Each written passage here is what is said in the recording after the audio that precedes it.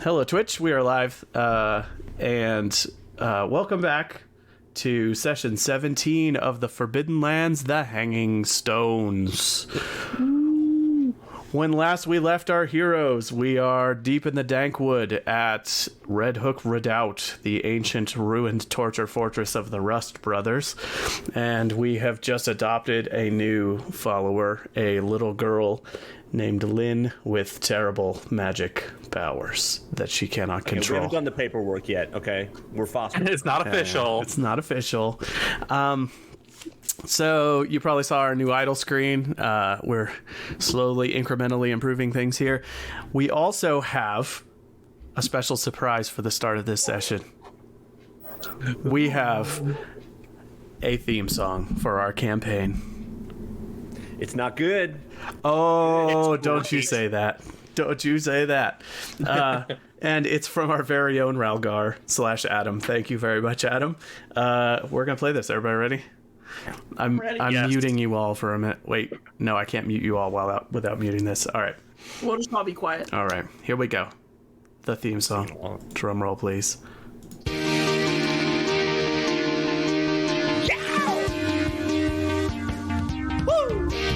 What would you do if the fate of the world was draped on your shoulders? How far would you go to protect what you love and the secrets you hold? Lands wrapped in chaos and madness and woe. The realm needs some saving. It needs some heroes. She strikes like lightning, but you don't hear the thunder. McCalla is quick with his tongue, he'll fill you with wonder. Ralgar, he's loyal to his back, obsessed with the dead. Grunround, he's searching for things that can lodge in your head. Hanging stones, hanging stones. That was awesome. Wow! Oh my god. Love it.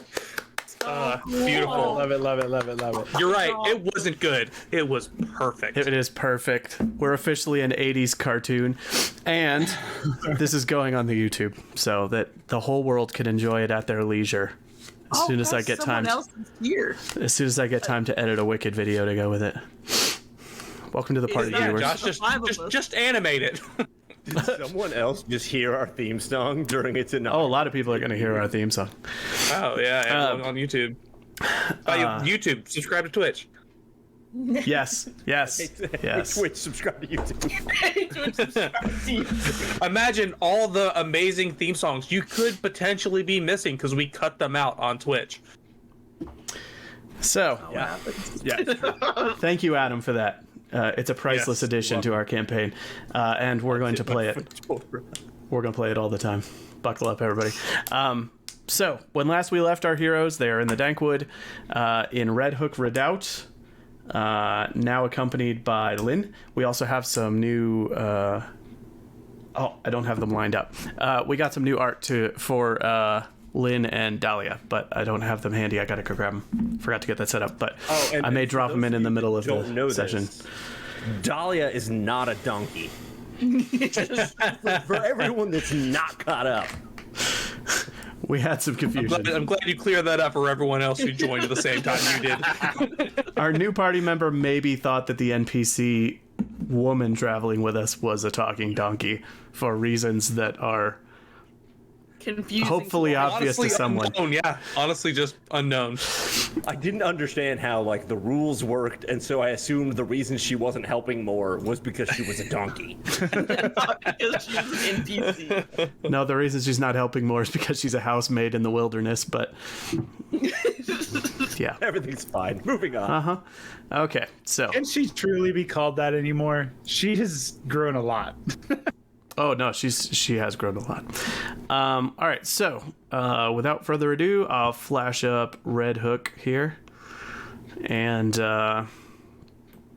yeah. So we are camped out here, and I'm just gonna flash this for a second, then kick us over to the exploration tab. There you are. Boom. Stop making me want to play the jazz music, Adam. I will never stop making you want to play jazz.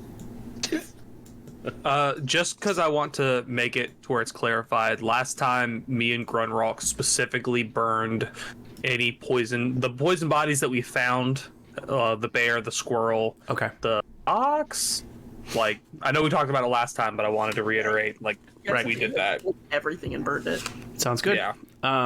It is evening time now, so it counts as dark for purposes of anything that is light dependent, and you do not have to do any make camp rolls while in this location after the initial one, because you have a permanent shelter here. It's not a nice cozy one, but it does give you shelter from the wind and elements and protection from any wandering trouble. So go ahead and place yourselves wherever you want to be. I think Dahlia is just going to rest. I'm gonna cook. I hunted some big game last time, and I didn't cook the meat.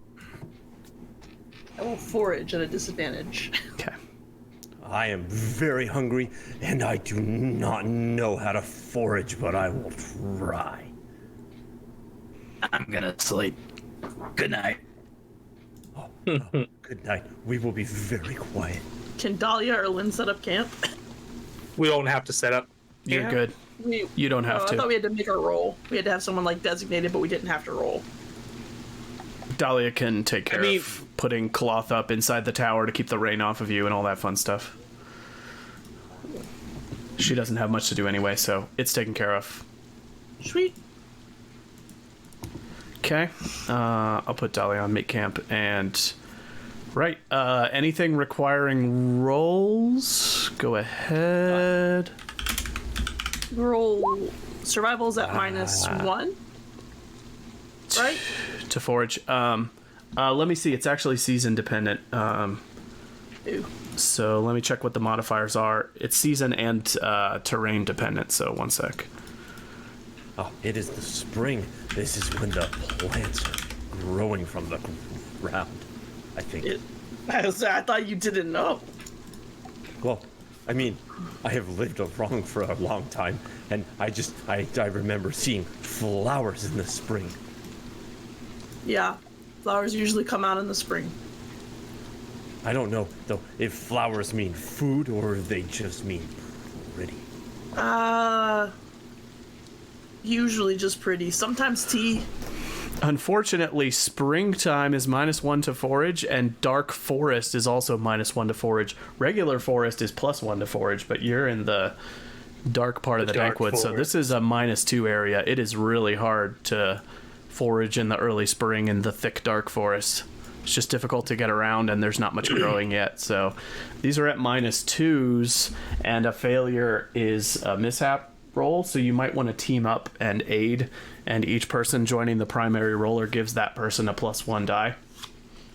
Might have better odds of doing it with less consequences if you do it that way. My survival is a 5.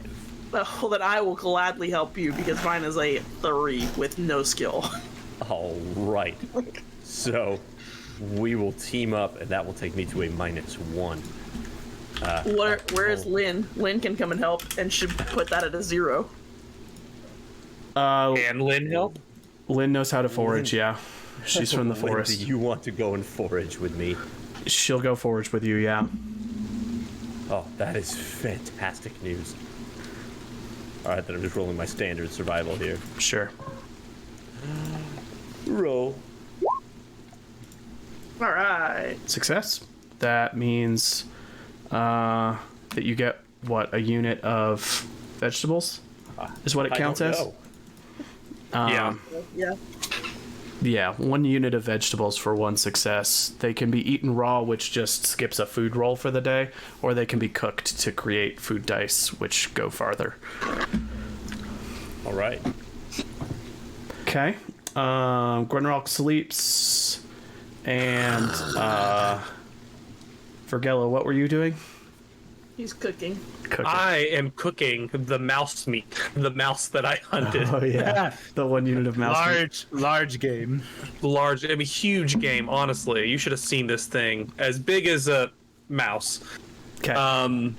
Sounds good. Since Rising. I have to ask, rules-wise, I think I got it, but I have the second level in chef. When I cook for a quarter of a day, I create an extra unit of food. Do I make 2 units of food Out of the rat? out of a single mouse? Yeah. Okay, cool.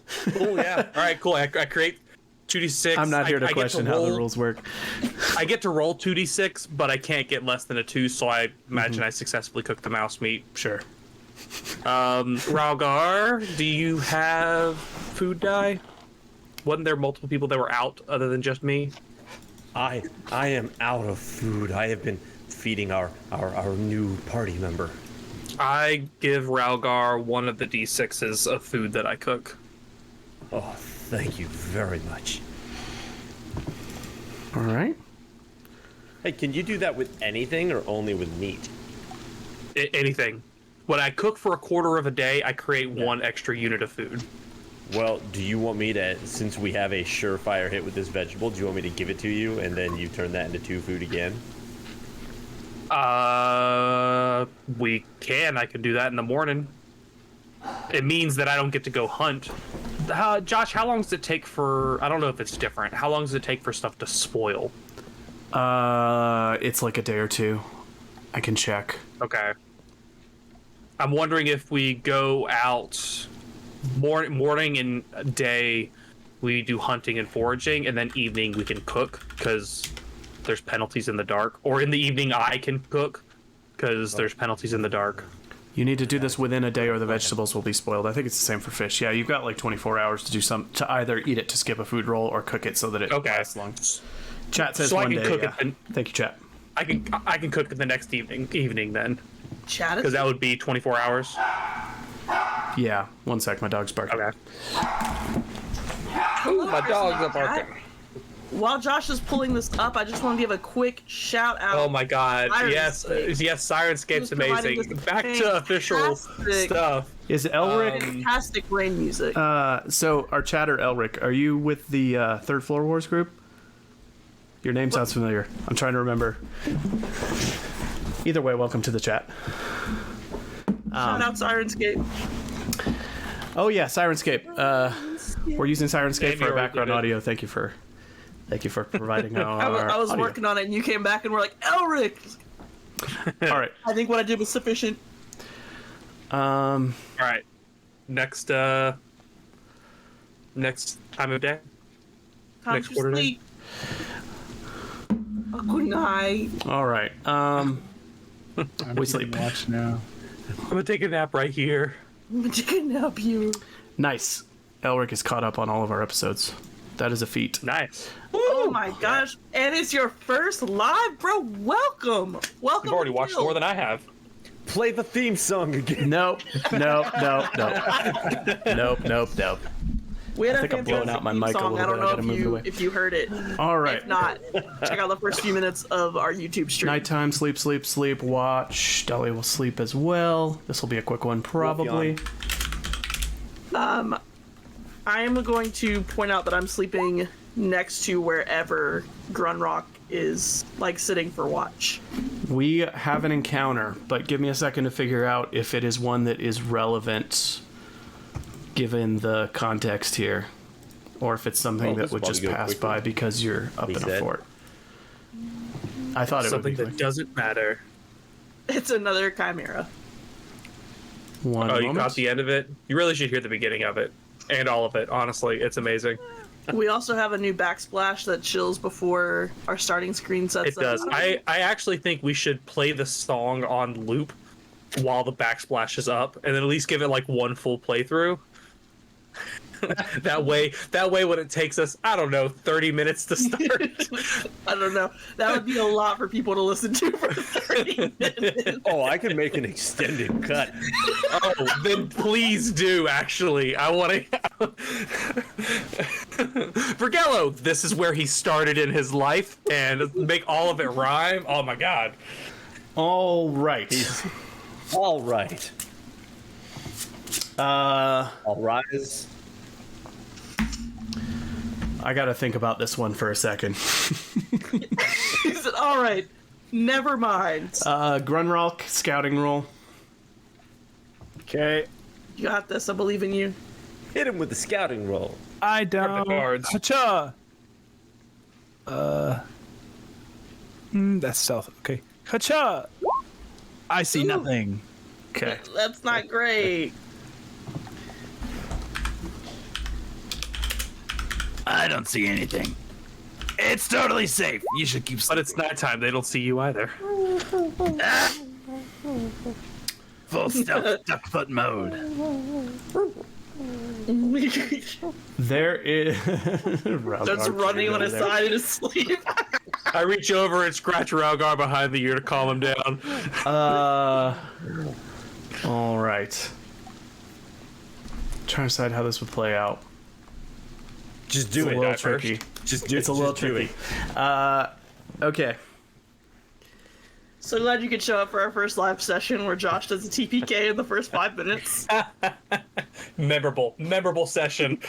Guaranteed. It's okay. Lynn I think pick I up have her my backup character candelabra? planned TPK out. guaranteed. She Grunrock, with her, Yeah. I think. you hear the thundering sound of boots running up the ramp, multiple sets. You miss the initial scout, and there's a party of orcs charging uphill. You are ready, and everyone else is asleep and unready. Kick me. I'm awake. Are orcs stealthy? Like, are they trying to be quiet coming up the hill? No, that's why he hears them coming and gets to react now. Okay. I'm gonna stand up, grab my scimitar. Finally, time for some fun. Wake up! Oh, that scared me in real life and in the game. Dahlia and Lynn are startled and upset and wondering what's going on. We're going to put Grunrock over here by the bushes as the lookout. Grunrock, you just see like 5 or 6 orcs charging up the muddy ramp into the camp. You make a bunch of noise, raise the alarm. I'm gonna go ahead and draw initiative for everybody right where we are. I'm gonna go top to bottom. Do this. For Gello, you're 5th. Valas, you're 7th. Ralgar, you're 9th. Grunrock, Alright. you're 4th. And the orcs are last on 10. Oh, God. They act as a unit. Yeah, they're all going together. You draw for each category of enemy. Oh, okay. Yeah, so this is an orc war party, and they are traveling through the storm, through the rain, at night. See your shelter, sent a scout in to see if it was safe, found all the fortifications in a shoddy state. This upper gate is still intact, but it's not in particularly good shape, and they're not going to have much trouble battering their way through it pretty quickly. But they are going last, so we start with anybody who's in close proximity. Any of you 3 in the back can swap initiatives with each other if you want to. What? Well, I didn't. What was Ralgar's? That's the only one I I'm didn't see 9. pop up. I'm at the back. And 9. Veloz. Would love to. Yeah. I'll swap with Veloz. So I'll be at 7. She can go 5. Okay. Oh, my God. I don't have any... Wow. Was I? Oh no, I was second. Was I first? That's weird. All right. Please Spent tell me. all of my willpower on the... Please tell on me the I Chimera. scared at least one of the orcs screaming. Hopefully they didn't see me until I yelled. I want one of them to slip. So who's up first on initiative 4? I think I am. Grunrock. That's Grunrock. All right, Grunrock, what you doing? So they are through the gate, or they're behind the gate? They're on the ramp charging up towards the gate, Okay, they're on the ramp charging up towards the gate. which is a rickety old gate with a flimsy latch that hasn't been really reinforced or properly maintained in a very long time. Is this right here like a thinner portion of the plateau? Like Yeah. a choke point? A little bit. Okay, I'm going to step up and hold the choke point. You're just going to step up, get ready for a fight. Yeah. Okay, cool. Then There's no like reactions or readied actions in this game, right? let's see. I don't remember there being any. There's ambushes, but you yelled to alert everybody, so that's out. Yeah. Trust me, I wish. I'd love to hamstring an orc because he ran by the bush, but You can skim through the actions in the combat chapter, see if there's anything that would apply, but I think there's down to it now. It's page 90 for close combat. who's on 5? I'm on 5. Okay. Can I stealth over and be in like a waiting position here to try Yeah. and get sneak attack to loop around? Yep. Move one zone over and sneak. It'll actually be an action to ready your weapon and an action to start sneaking. So you'll still be in the zone that you started in, but hidden. And then next time you can sneak up to the tower and then sneak up behind them if you want to. But you're going to be somewhere up in that greenhouse area, starting to fade into the shadows. Who's on 7? That's me. Okay. That's me. All right. What you doing? I just had to step away for 1 second. So I assume I don't see any orcs from where I'm at. Right. Not yet. Okay. 3 successes. And a willpower. Eh. Can I move up to that edge and see any? What edge? Where Grunrock's at? You can move the next zone over to try to be able to see down to where the orcs are. Yeah. Yeah. Go over to. I'm trying to kinda where the bushes get are. in zone where I can fire some arrows. Yeah, it'll be an action to ready your weapon and then an action to move into the next zone, which will be anywhere in that tower ledge. I don't need to ready my weapon before I shoot. Okay. So Level you 1 can, and fast shooter. So you can just move into the next zone and then fire your weapon. Yep. That's level 2. I can shoot with a ranged weapon and run at the same time. Take a shot. All right. I'm not great at shooting, but I can do it. You're firing down onto them on a ramp, so this will take no penalty. That is a hit on an orc. How much damage does that do? Nice. My arrows go down 1. Okay. Damage 1. Damage Okay. 1. Does 1 damage. Okay. All right. They look like they are mostly wearing studded leather armor with big ramshackle sorts of blunt, spiky weapons. Armor roll fail. That is going to do. Sorry, the damage was what? 1. It's 1. All right. You do 1 damage to one of the orcs. They're pretty beefy, so it pisses him off, and he lets out a roar of anger and starts reaching for his back and realizes there's an arrow sticking out. Looks up, makes eye contact with you. You see the glimmer of his yellow I give him eyes. I give him a sexy bard wink. Nice. Just like a. Then How many we orcs are there? There's 5 charging up the ramp. Jesus, that's so many. Next, take 5. we are going to initiative 9, Ralgar. Yep, Ralgar. Ralgar. I yell over to Grunrock. What should I do? Marital life? If you have any kind of magic, now's the time. I don't know if this is relevant or not, but there's bones strewn all over the place on this platform around the greenhouse. Makes a freaking like bone amalgamation monster. Man, I wish necromancy is not that good in this game. Oh my god.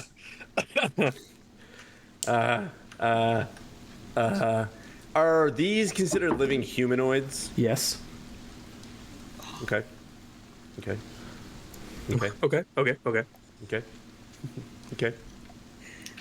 My mom just brought me a bottle of wine, but I've not uncorked it yet. You might as well. But I don't have a wine cork. Mm-hmm. You mean a corkscrew? Go get it. Go. Yeah, Just go. I'll be- Go. Yeah, just go. It's not your turn. Not your turn. No one cares what you do.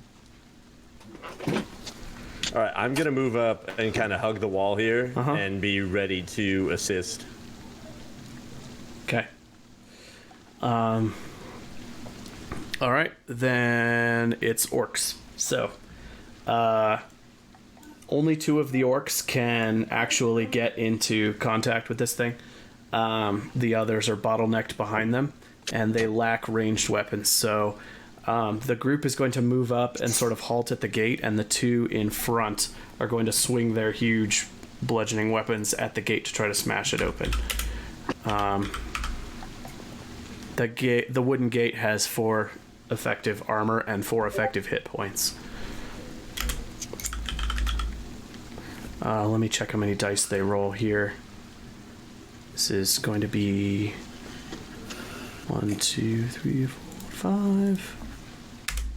First one, second one. They're ineffectually battering against the gate and are unable to open it, and their whole turn passes. We're back around to 4. Hank goes and opens the gate for him. Get in here! Look, the temptation is very high. But against my better judgment. Do you have something you can throw at him? I was looking at that. Quick, make me some more arrows. I only have a D6 left. Oh dear. I don't know if I can. Yeah, I'm sure you can't spontaneously make me arrows. No, he's The luck with arrow and torch supply rolls are both so bad. Ooh, Do we have anything flammable? it's raining though, isn't it?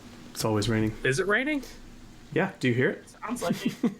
No, I honestly don't. Is it playing on It is. Sirenscape? You'll want to adjust it to Are the there any like? Yeah, no, I had to turn it down, so.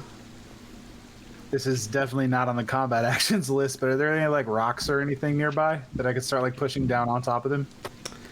If you're just looking for something heavy, there's the remains of that old crane over there at the top of the ledge. Yeah, and also there's a crumbling stone tower, so I assume there's some hefty rocks around. You can get like a watermelon-sized boulder, probably. Yeah, if I could find like a watermelon-sized boulder, I want to just like throw it from the cliff down on top of them. Sure. I don't. Is there like a thrown attack? We're gonna make it happen one way or another. One sec. There's a shoot with a ranged weapon. Throw. A thrown rock. If the target suffers a critical injury, roll a thrown rock. There's actually rules for this. Sick. A rock. I would hope so. It'll do 1 damage. And range near. Yeah, you can chuck a rock onto him. It's I think as it's a ranged attack, it uses the marksmanship skill. Strange as that is. Yeah. Okay. Yeah. 'Cause I'm Even if aiming. it's something It you're makes throwing, sense. it still uses marksmanship. So yeah, pick up a That rock. makes sense. Pick up a rock. Make a marksmanship roll. If you get a hit, it'll land on an orc, and it has base damage 1, and it counts as blunt. Splash of mud. It missed. lands between them. Any push, or you just move on. I'd hold your pushes. Yeah, I'm not gonna push. Okay. I don't want to risk the damage. Then initiative 5. That's me. I rolled a 3 on stealth. Okay. So I'm going to use that stealth and move over here. Okay, you are now in the zone containing the tower, which means you can look down the ledge, see the orcs, be anywhere you want to around the people. You are hidden. You can just remain hidden and wait it out, or if there's anything you want to do, go ahead. No, I think I'm just going to remain hidden until they are close enough to get some sneak attack in. Okay. Unless there's like some kind of can look and see for weaknesses, or try and determine a leader, maybe? Mm-hmm. Maybe to see who would be like the first one it would be wise to kill. Okay. You can spend your turn listening and watching and determine which one is barking the orders. Okay. In Orcish society, it's traditional for the leader to be at the front of the charge, and it is one of the 2 next to the gate. who the others seem to be listening to, and he's cursing in Orcish and shouting things, and the others are all waiting and shuffling around. We are on to 9. Ralgar? Anything? We're on to What about 7? Oh, 7. sorry. I moved to the thing before saying 7. Okay, 7. I'm gonna shoot with my bow. Go for it. I actually get to shoot twice. Ah, cool. Level 3 of fast shooter. I can shoot as a fast action and as a slow action. Okay. Are you shooting the one you've already wounded? Assuming I don't run out of arrows with the first action. Okay. I'm assuming the one you hit earlier is one in the middle of the pack. That is a double success on those gear dice there. Good job, Bill. Yep. Let's see if I lose the last of my arrows before I get to use this new action. No armor. And my He's taking loot, 3 damage. my loot and my bow. It's the way the cookie crumbles. Out of arrows. There's one that has taken 3 damage. He is badly wounded. That was my fast action. Okay. Can I don't know if I can do this. Can I try and manipulate them into think they're attacking like an army of people up here? Like you just woke up the whole garrison if you don't want to die. You can shout something if you want. They did scout ahead unseen, and unless you have some... At the same time, I don't know they scouted ahead, so that would be what I do regardless. You can so. shout a lie of some sort. I shout a lie of some sort. It's gonna be. Oh, you've done woke up the beast now. Like if you're not careful, like she'll come down and skewer you with every wooden vine that she can summon. The demon goddess of. I ramble on with spontaneous names of characters from history and song. Okay. You're talking it up like they've meddled with something dark and powerful. Now we are on 9. Ralgar? I turn to Grunrock again, and I need to speak to you here. I say, Grunrock, where is that? And I look around to make sure that like no one is kind of eavesdropping, and I go, the thing that makes my magic not work, where is it?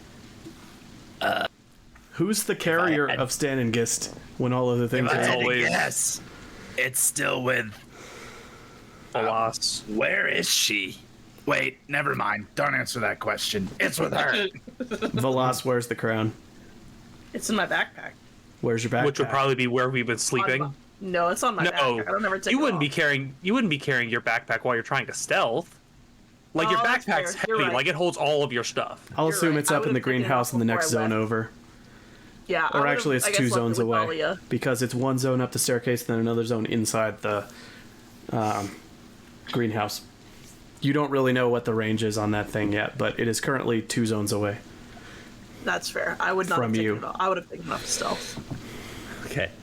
And then I say, okay, Grunrock, if I get close to that one, the loud one, the one that's yelling at the others, I could try to squeeze his heart out, but I would need you to come with me. Let's do it. Okay. Do you know what the range is on your spell? It's near. Okay. Near So I'm is... assuming I have to get near? up to up to the fence. hold on. Near... No, I'm pretty sure we're near now. I'm checking. Near is same zone or adjacent zone? That's what I'm trying to remember. One sec. I'll say this: you've been saying I've not been taking any penalties, so I'm at short range at 0. Yeah. Near is -1, so he should be close enough now if we're using the same. I think near is -1 because it's like you're in like melee rate. You're in the same zone as them. Near isn't -1. Short is -1. Near is regular. So we're near. I'm not taking it. I'm not taking a penalty. Okay. Also, we want them to come up that chokehold so I can slip behind them. You've been with me when I've killed Okay. things. Near means in the same zone. So yeah, so that means if they're on the ramp, you've got to be on the ramp. If they're up on the surface around the tower, you have to be up on the surface around the tower. Near means same zone. Short means adjacent zone. which Okay, is so like I need to firing. be taking a -1. No, you're short range to them right now, which is a 0 modification. No, I'm that's looking a at the fleeing -1. table. Oh, it is a -1. Yeah. Okay. Shooting. Yeah, I did the same thing. Short is Okay. -1. Adjacent near zone is short, so yeah, it would be a -1. That's fine though. You're also firing down onto them while they're bottlenecked and waiting for a gate to So be I get a opened, so- +1. Yeah, I'll say that you don't get a -1 penalty firing down onto them. This is like the ideal scenario. I knew I love you for some reason, Josh. You're I didn't defending- realize we were playing Pathfinder. You're defending a fortification and you're shooting down into them. It only makes sense that you don't take a penalty here. Okay. So at the end of the day, I am not currently near. The only way to Correct. get near would be good to get through the gate onto the ramp with them. However, since they are right on the other side of the gate, if you run up to in front of the gate, I'll count you as near to them. It's technically the next zone over, but it could be inches away through the gate. So if you're brave enough to approach the gate, you could go up there and do it now. If you want to stay back here with the group, then you're a zone away, and that counts as short. The question being is, do you have to have eye contact for whatever spell you want to? This gate's got Cast. gaps. He can probably see Oh, through it. I just don't know. Like he said, like crush their heart. I don't even know if he literally has to put his hand on their chest. If you want to run up to the rickety gate and be directly on the other side of it from them, so that if they burst through, they're going to see you and you're going to be right there, you can be in range to cast the spell. It's up to you. Oh yeah, because they're going to get the next turn immediately after me. Yes. Yeah. Yes. Oh, okay. Grunrock, I have changed my mind. I will stand here, and when they come towards us, the next chance I get, I will squeeze the heart from their leader. But I can only do it one time, so we have to make them think I can do it 100 times. Well, the goal is for the rest of them to die, regardless. But yeah, sure, buddy. All right. Or make them so scared that they run away like salty pups. We are I'm a pirate. on to the orcs. No quarter. All right, so yeah, I'm hanging out, but I'm kind of like holding my staff in like a defensive position. I got your stick. Okay, so I rolled a whole bunch of dice. Here's what it means. One of them successfully damaged the gate, and it looks like it's at about half strength now. Splinters of wood are going out of it, and it's rattling a little bit, and then the other one hits it, and hits it in a way that his weapon kind of bounces off of it, so the gate is at half health, and that's their entire round. They're all spitting curses in Orcish, and actually the one that's been shot twice is going to retreat back down the ramp, trying desperately to pull arrows out of his back and shoulders, and so he's gonna go. He's gonna go away, and now there's only 4 orcs on the ramp, and he's Do working they his not way. have the competence to open the gate? No, the gate is Clearly latched from locked the the inside. gate. Yeah, we Yeah. barred it. Oh, we have a lock. Okay. No, you don't have a lock. It's like a flip latch gate. Like, No, you don't have a lock. just hitting It's just latched from the inside. There's a bar that you put down, and they're breaking their way through it. It's a rickety gate, and it was hanging open when you showed up here, but as part of making camp, I would assume you closed it, and it wasn't destroyed. Okay. It was just old and poorly kept. Him running away is not ideal. Now we are on 4. Again. And this is just Probably bring his an friends. advanced party. This is also the start of a round, so people can swap initiatives with each other if you're in the same Is area. this the? Oh, all right. Before we do that, we don't know if this is an advanced party. We just know that there was a scouting party, and then this is the group attacking us. We shouldn't have even known there was a scout. You I don't think know that's there was a scouting metagaming, parry. but yeah, this is Yeah. what rolled up on So us, and now then, one of them's running away. not metagaming. You could maybe then all we infer know- that this was scouted because they charged up with purpose. yeah, they weren't Well, I exactly don't. Do any of us know? With our, I mean, our prior roles. I'm not asking Josh. Do any of us know with our prior knowledge how large a company of orcs move? Hank, you being the one who is, or rather, Grunrock, Probably. like, yeah. You can make a lore roll if you've seen these orcs. I'll tell you what you know. It might not be the information you're looking for, but it might still be information nonetheless. And we'll do it on people's turns as well. Yeah. Do you want to swap any initiatives, or is it staying how it is? Wait, no, okay. Then before rolls, before swapping initiatives, Vergella's making eye contact with Grunrock because Grunrock knows that I can make either him stronger or him take less damage. If he wants to swap, he's got to give me the nod. If he doesn't know what I'm talking about, It matters. That would put me. Well, we Oh, that I go right after you, right? No, you No. would go No. after. I would go after. me. Josh can. Oh, only one of us can swap with another person. Like me and Hank can swap, but then Hank and Aimee can't swap after that.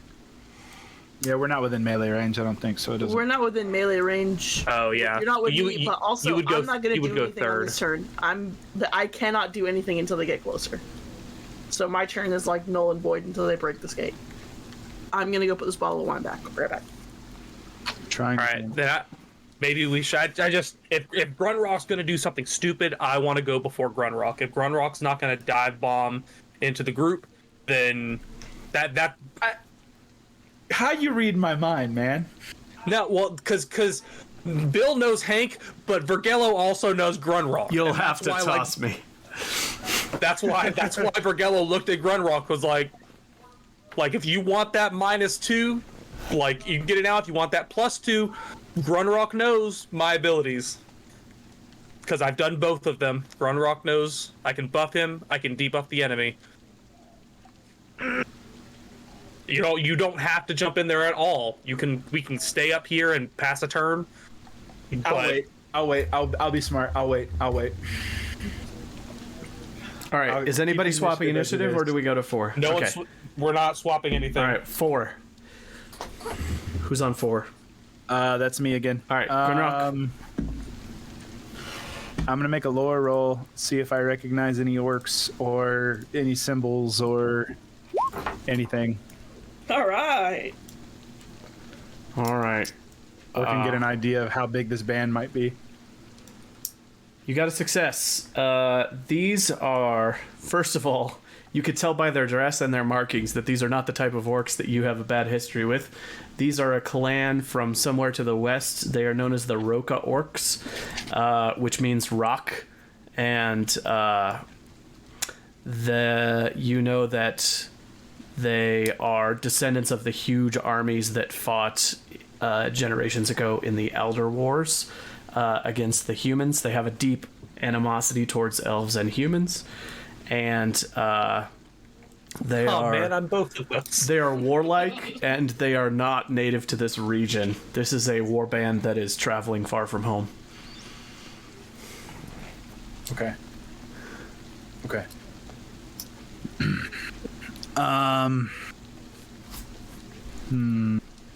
That's as much as you get for one success. You also know that they have a very strict hierarchy. They're like the regimented, structured, kind of militaristic orcs. Gotcha. Can I try to throw another rock? Yeah. Is there another rock? There's plenty of rocks.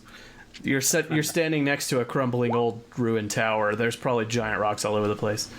I miss again. Okay. Initiative 5.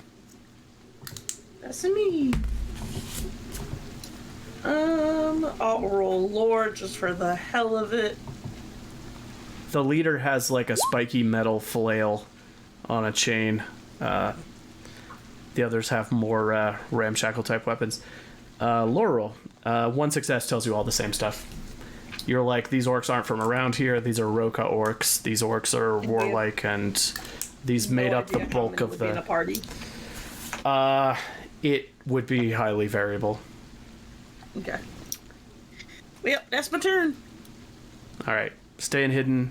Initiative 7. Yep. William. I'm thinking. I apologize. There's enough rocks for anybody that wants to pick up rocks and chuck them at the orcs. Josh, I know you already said it. What was the number of orcs? There were 5 charging up the ramp. One of them turned back because he's been wounded twice. My fishing net.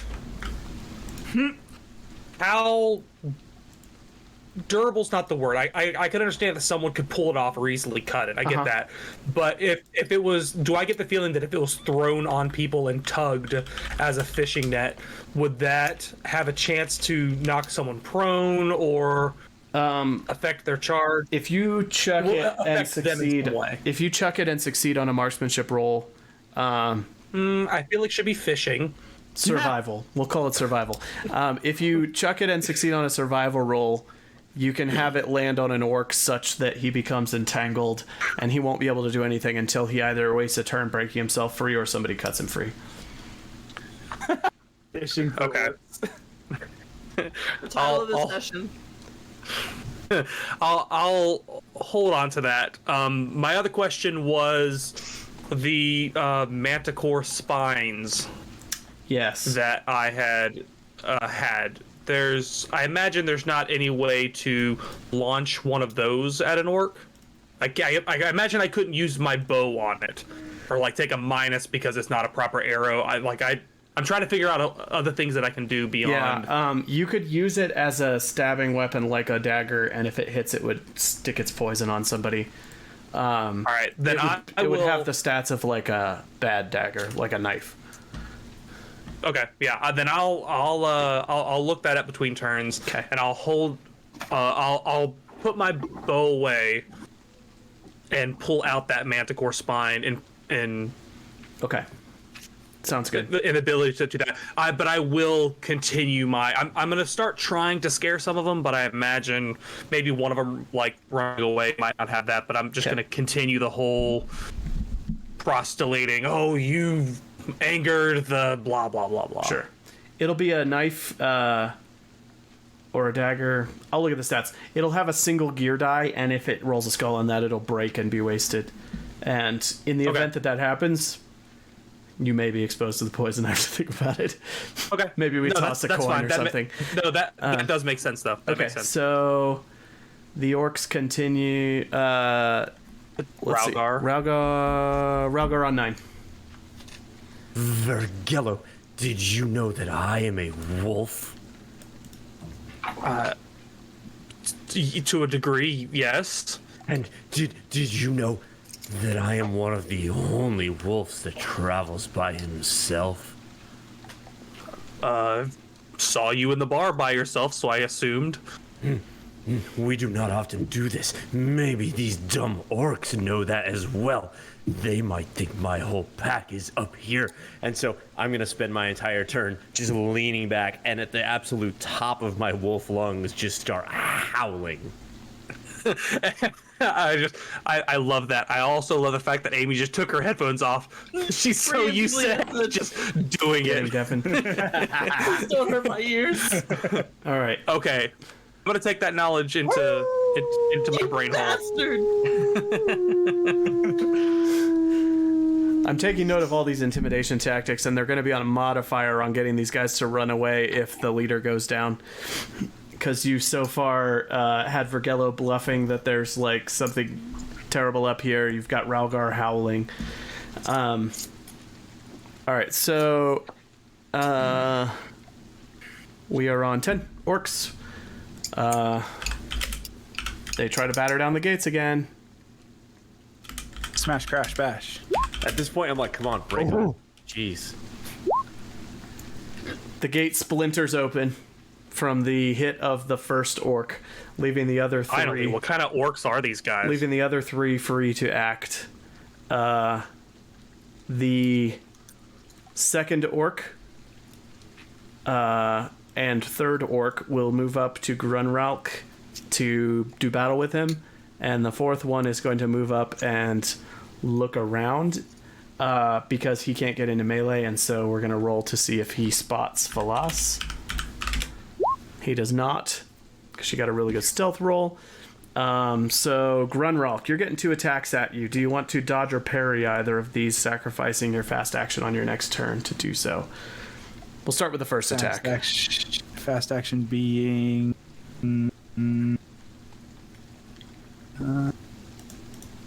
You would still be able to attack, but it would forego I'll parry. other sorts of things. Okay.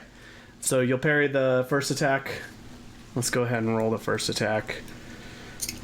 You could technically parry or dodge the second attack too, but it'll forego your next turn, so you can think about it if you want to do that. But let's do them one at a time.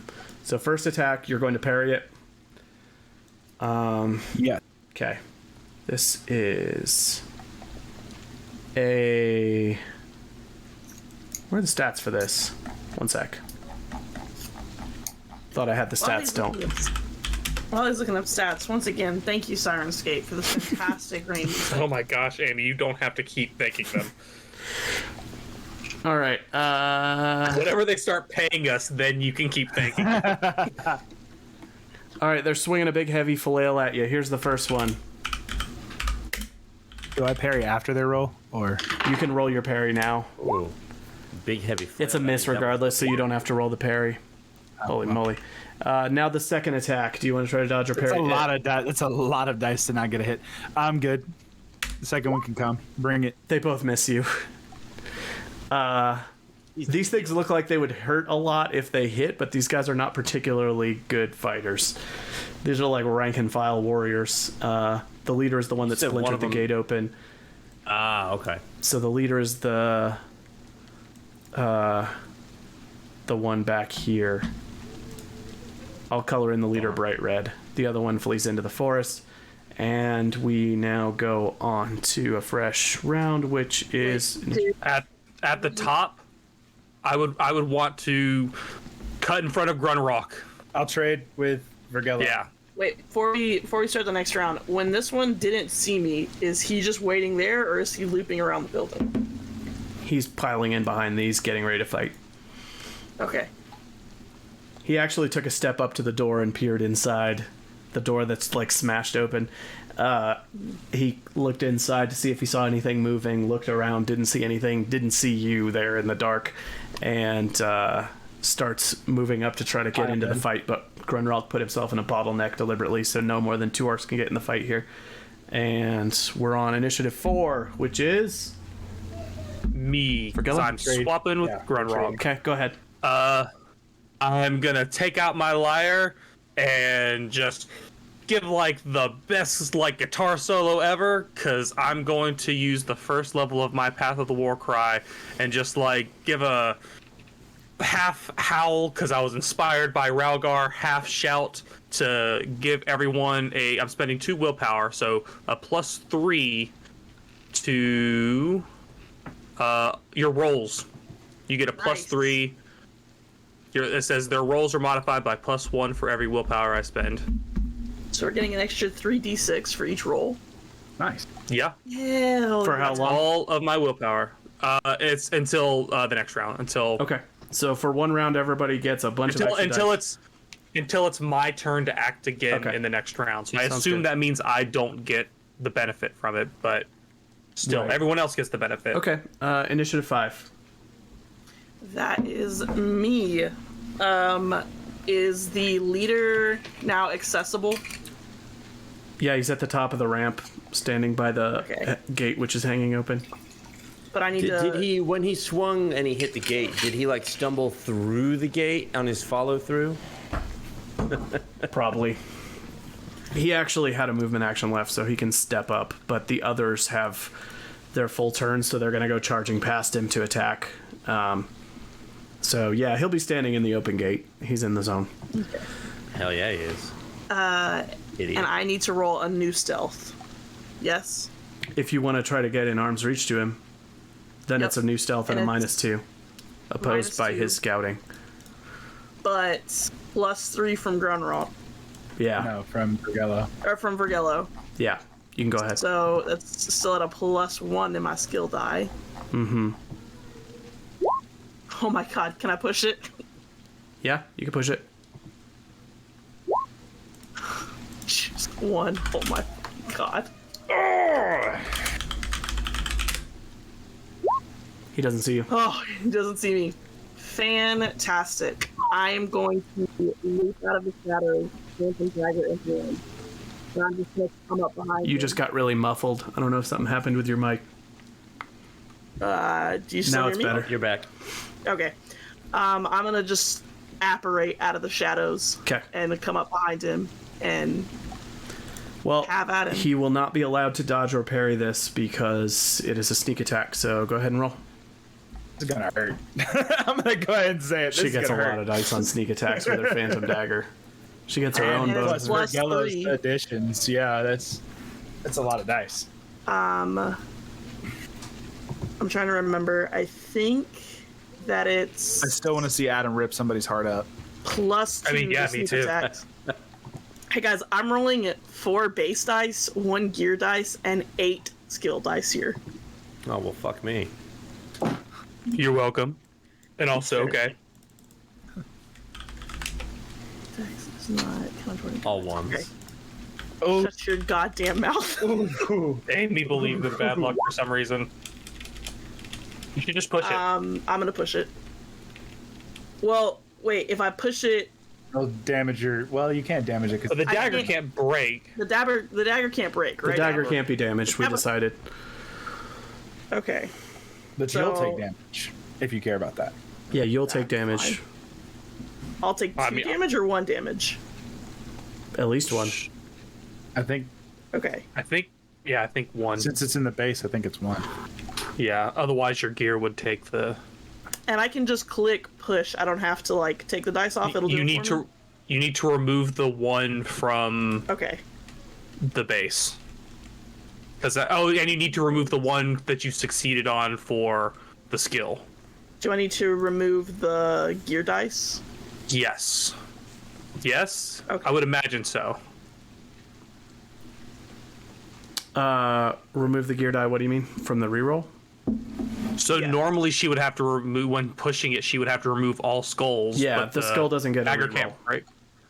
It's not about Okay. damage. You don't get the skulls on a reroll. Got it. So, yes, remove the dice on the. Yeah, remove the gear Yes. die that got a skull on it. Remove the 2 skulls and the swords. 1 more success. Wow, that was No. really not a lot. 2 more. You got one on the. You got the Oh, artifact it die. only the artifact. Yeah, So you that's have a 2 total of 3 successes. successes, which means you get the base damage of the weapon plus 2. How much is that total? That's 4, All right. and it is sneak attack. Just real quick. His armor does not prevent any of the damage. He takes how much? At least I'm gonna- 3. 3.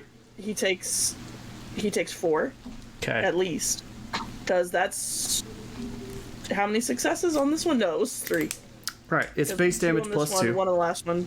It's base damage plus 2. So how much damage does the dagger do again? It's 2. It does 2. So he takes 4 minimum unless takes you 4. want to pump any willpower into it. Okay. Yes, I'm gonna pump 2 willpower into it. You still have 2 more willpower? I thought you spent 8 last session. I did. I got 2 this session. Oh. Yeah, remember she I'm in fumbled earlier. pain. I've taken 2 damage to agility. I'm in danger. Yeah. You add that 2 kill him? damage. That will kill him. Oh shit. That also causes an empathy break. Oh my god, Aimee. I haven't had a chance to cool off. I was trying to sleep. How dare you? How dare you not get a full night's rest? She So, goes into I'll- a rage and she's going to drag the leader's body back to the edge of the cliff and start mutilating it and stabbing it with the dagger over and over. She's just screaming That's what she normally incoherently. does. She's And supposed to my do things eyes that are aren't black. normal. Her eyes are black and she is just she's just lost it and is going crazy, stabbing the body of the already dead orc, and it's clear to you that she is out of the scene. Next in the initiative after her, what were you on, Aimee? 5. 7. It's going to be Grunrock. next. That's me. Okay. Grunrock? I am going to. I think I have to dictate which kind of attack. I'm going to slash, and then Sword Fighter rank 2 allows me to slash a second enemy, but I make the attack separately. So for the first slash, scimitar attack, I add and then add that. Boom. Ooh, For the first he swing. did. Hang on, that guy's gonna parry. That guy's gonna try to parry. He better not.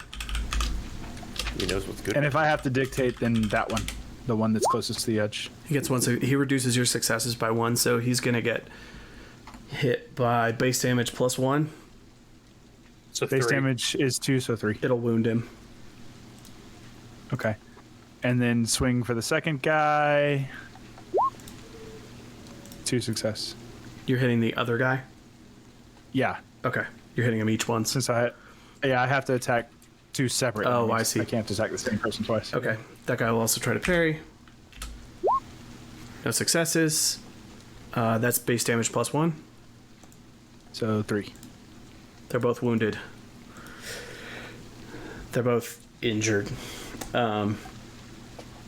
Bordering on badly wounded, both of them. It was a substantial hit to them both. And anything else for your turn? I'll just big pupil and grin real wide. Okay. 9, Ralgar. Yeah, that me. I am going to target the unwounded guy. Okay. And we're going to see how Bill's rolls, what Bill's rolls do for me here. I pulled up the text. It's worded poorly, but the specifics go into it says attack. Bonus to all attacks during one round until it's my turn to act again, and then it says their rolls are modified by +1. Were you planning to make an So it's attack roll or attacks. some other kind of roll? No, attack roll. Okay, I'm not going to target him. I'm going to target, those guys took the same amount of damage in the front, didn't they? Yeah. So just either one of them. And I'm going to reach into my pouch and pull out the second, I like to collect these, severed hand that I had taken. And I am going to pull my hood over my head, and I am going to cast Hand of Doom on one of them. That is a rank 2 spell. The severed hand gives me that bonus. I am rank 2, so I can cast that. But whatever. I've only got 1 willpower, so I'm spending that. Okay. So 1 willpower plus the hand should give me 2 dice here. And I claw my way to the victim's heart magically and squeeze the life from him.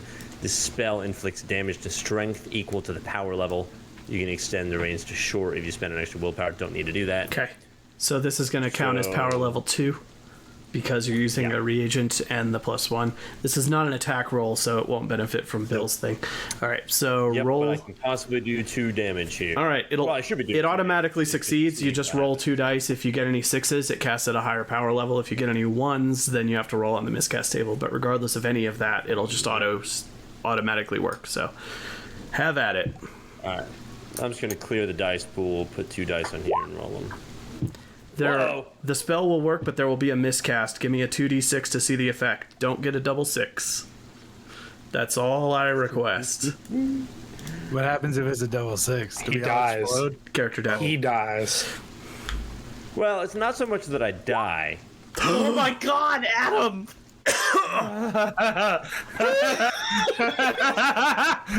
65. The spell backfires. An offensive spell affects you instead of your intended target.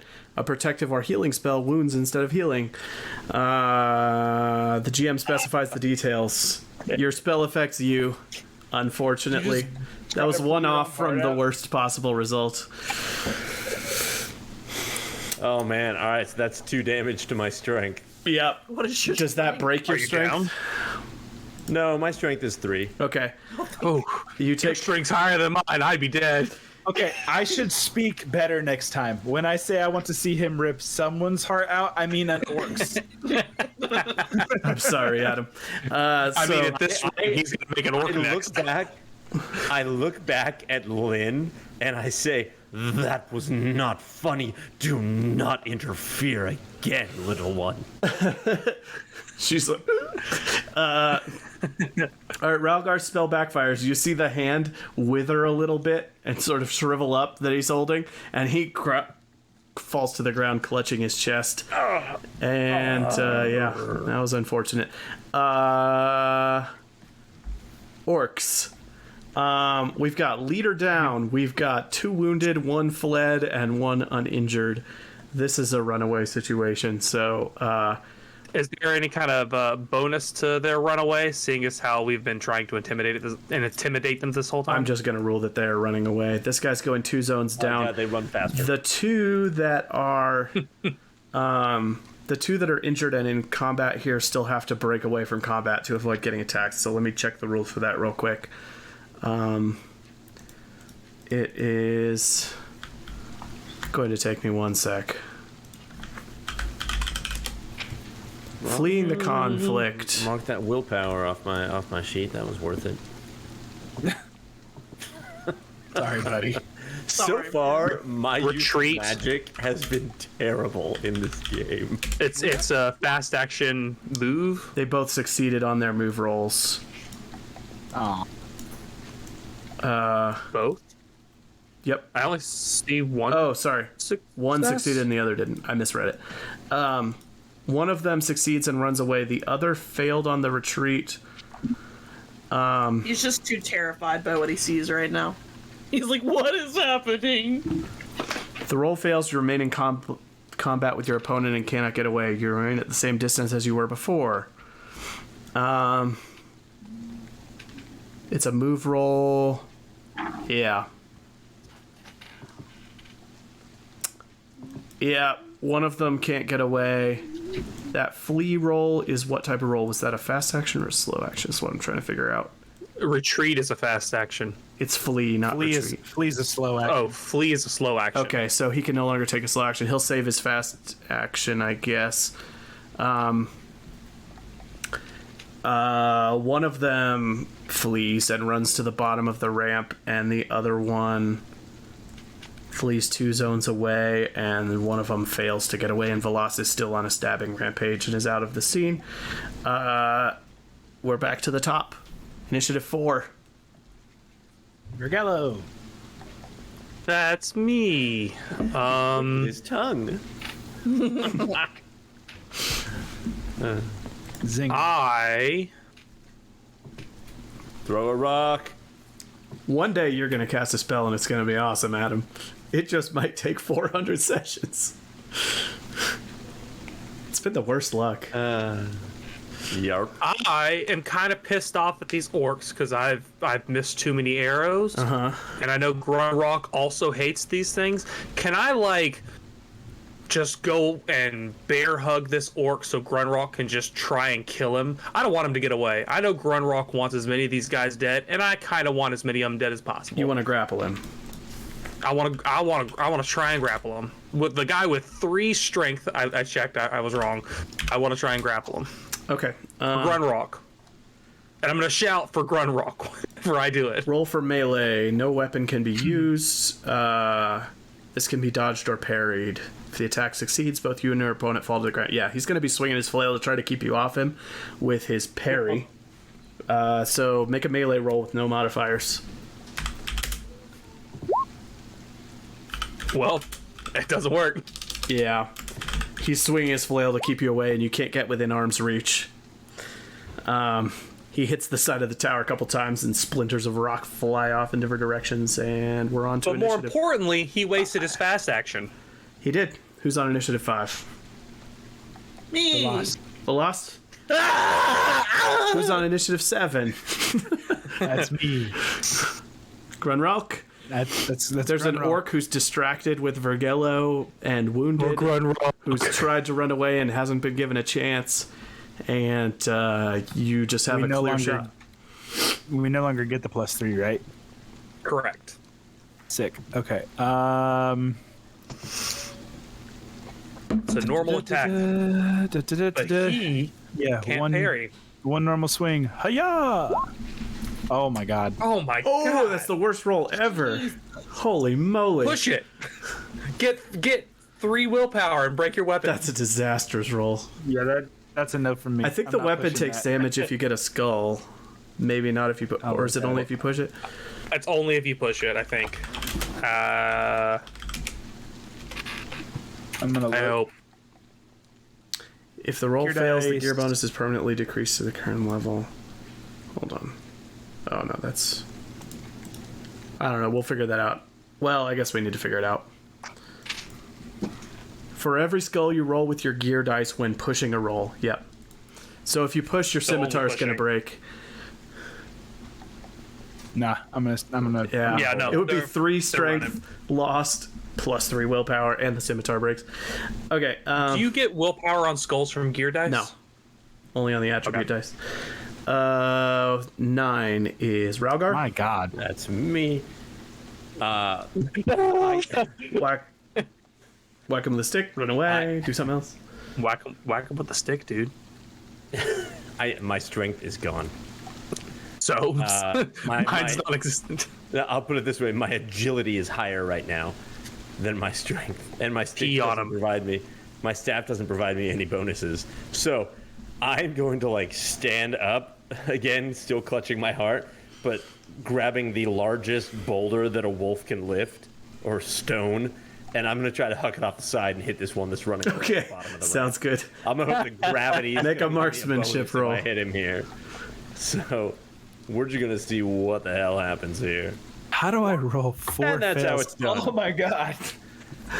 Boom! He Remember, just he's collapses bottom of into the a ramp heap. now. Yep. No, the rock actually lands dies from directly on his head. Yep. And Oh my god. it'll Rocco, you're bash him over the head and just knock him to the ground dead. And then I'm going to turn to the other orc and I'm going to say, your turn. Run. All right. Orc's turn. This guy's thoroughly intimidated and he's going to try to get away again. Oh, I thought he was going to try and swing at me. He succeeds. He gets to the bottom of the ramp. All right, that we guy get doesn't run 3 away. stones at him. That guy. Let's do it, team. So far, 2 have fled successfully. 2 are dead. The leader and one guy who got bashed over the head. And this guy is fleeing and is at the bottom of the ramp. And we are now back around to initiative 4. Hello. What do I roll to throw a rock at someone? Marksmanship. Marksmanship. Pick up a rock, carry it to the edge. Aim. Fire. No. Can I push it? Can I push the rock? You can push. Push the rock. Get a willpower. Oh, jeez. I was hoping for a willpower, honestly. 5. 7.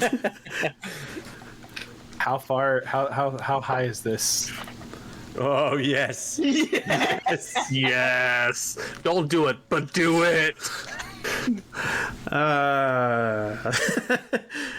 Hold It's on. higher than the top of this building at the bottom. Let me check. 1 sec. It is higher than the roof of a building. Here's how this will work. It's a 2-story drop. I'm assuming. At least one. Height of the fallen meters -2. That's how many dice are rolled. This is 5 meters down. It'll be 3 dice. Every success will do a point of damage to you. Can I try to land on him? Yeah, Yep. say, can the orc, Cushion the blow. You can make an attack roll. If the attack roll succeeds, then you'll land on him instead of the ground, and it'll reduce the falling dice by 1. I mean, you just got done rolling 4 skulls with an attack. How bad can it be? Pretty bad. But I'm banking on the law of averages. Hacha! Oh, That's yeah, 3. yeah, that's 3 successes. He's dead. Oh yeah. On a triple success, I'm not gonna roll the dice. You land on him and squish him to the ground and just plunge your sword into him and he's dead. Encounter over. There are 3 dead orcs, 2 got away. I howl.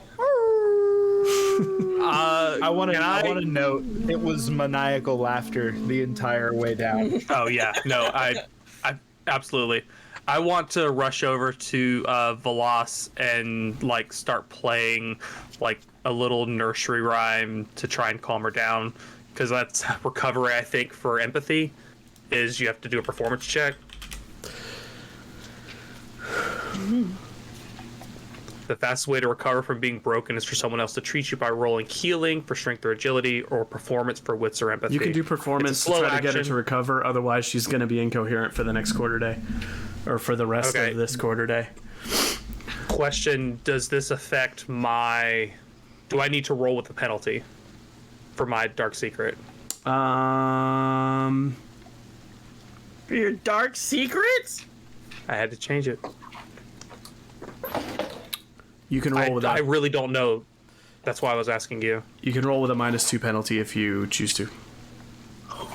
Okay, -2. I'll do that. Do you hate me now? Yep. Yes, that's my new dark secret. Is I hate the Your loss. secret. You just hate me. I knew it.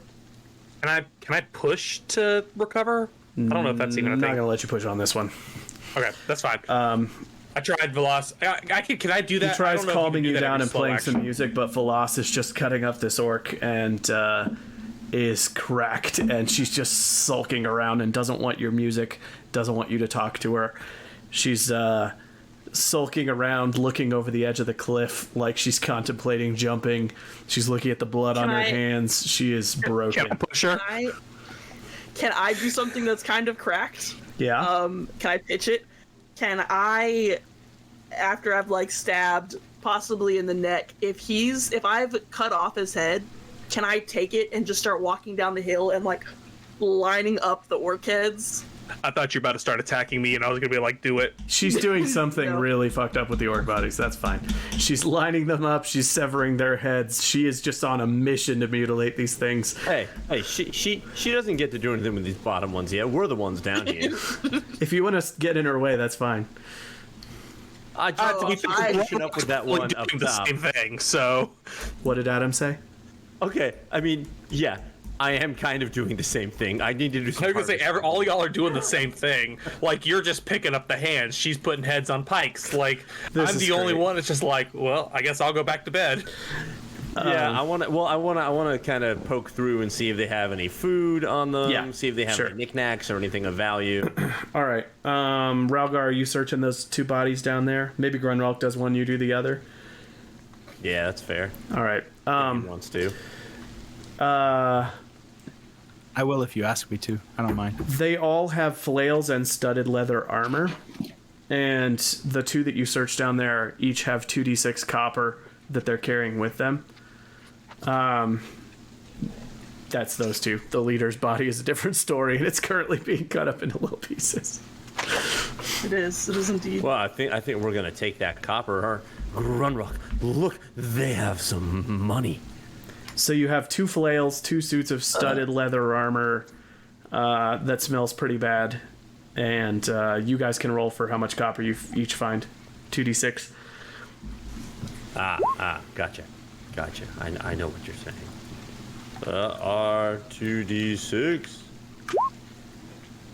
Is it every 5 or every 10 that it rolls up? 10. Okay. Yeah, once Then I get wanna, this one's I want to cut head off one of their hands. when this one's head's decapitated, I'm coming down here. I'm putting it on a pike or any kind of stick, like right here, Okay. and then I'll come back and I'll get on my knees and just start like cutting another one's head just clean off with the dagger, just over and over and over and over and over. Okay. There's an orc Hey, head on a stick. There's an orc Can I head harvest on any a meat stick. from their bodies? You can't eat orc. Humans can't. None of us here are human. No, it's not. That's actually a very valid point. It's not edible. Where- None of your argument. Where is the money on my character sheet? Someone give me directions. It is All the way. No. below armor. Next to your helmet, willpower. Next to willpower, yeah. Next to What willpower would you all coins. like to do next? I'm finishing going to bed, hoping I get some actual rest. Okay. I'm gonna go back and take up watch again. Was anybody looting the body uh, of the leader? The Someone now loot the leader. decapitated? Oh yeah, I was up top, so I guess I would have gone to do that. All right. I can't. I didn't see his dot up there. I didn't know who was who. All right. So I look at the leader. Vergello, he's got a flail and studded leather armor like the others. He's got 3d6 copper. And you can roll a d6 to see if you find anything else of value on him. If you get a 1, then he was carrying nothing else. If you get a 2 or a 3 or a 4, it's low value. 5 is high value. 6 is very high value. And then a D6, you said? You hit hot on the copper. I roll. did. I was surprised. Nice. Ooh, high He was value. carrying You got- something of high value. Probably something looted or plundered. Family photo. I will. It's all. It's just the 5 of them. It's a picture of all of them together. I'm sure that's what it is. It took like a battalion. Man, I'm about to take a real hard hit to empathy. It's a spray painted shirt that says "Visit Mistwall," and it's the 5 of them with their names beneath them in cursive. Are we, Josh? You may have said this. Are we able to wear this studded leather armor? Yeah. Any of it smells bad and it looks bad, but it's and it's got orcish markings all over it, but you can totally wear it and it functions as studded leather armor. I'm gonna take it off. The only person that maybe can't is Grunrock because he's too small. yeah. You would have to like He wouldn't have worn. you'd have to loot a wouldn't have worn halfling or by something. Filthy. He would have worn something by filthy orcs in the first place. I have my own already. It's okay. Oh well, yeah, there's that too. But you're right. What, I wouldn't wear what are the anything these stats on the orcs use. studded? Bill, I'm looking at it. the up. leader Huh? stuffed in pouch had a finely embroidered pair of calfskin gloves that he probably looted from somebody and couldn't even wear because they don't even fit his big orcish hands. But they are they're like this very light color, very finely stitched. They do not look like they were made by orcs, and they look like they could be quite valuable. You immediately want to get them out of the rain so that they don't get damaged by the water after you pull them out of his little pouch. I absolutely do that. They were rolled up tight and inside of a leather pouch with the drawstring pulled and stuffed into his armor. Nice. Yes, I stuffed that. I also take off his studded leather armor, of which Adam, its armor rating is 3. Or anyone else who wants to know how much studded leather armor weighs. And then after getting all that, I will go to the sleep. We finish out our night. How do I do the armor rating? I truthfully don't know. I'm not even added it to my own thing. You have to put it in the. You have to put it first, do the max, and then do the armor rating. If you try to do the armor rating before the max, it won't do anything because it can't be. Josh, can I ask you something? That way, whenever we have a lull, you can possibly look it up for me if you don't know off the top of your head. Yeah. Crafting arrows. Do you don't have to look it up now because I obviously can't do it now and I can't do it in the morning. But Yeah. that would be my next Okay. Noted. thing. I'm on it. I am happy to craft for you. My crafting level is 3. I will probably get you to do that because I don't. Studded leather armor also weighs normal. It's normal weight.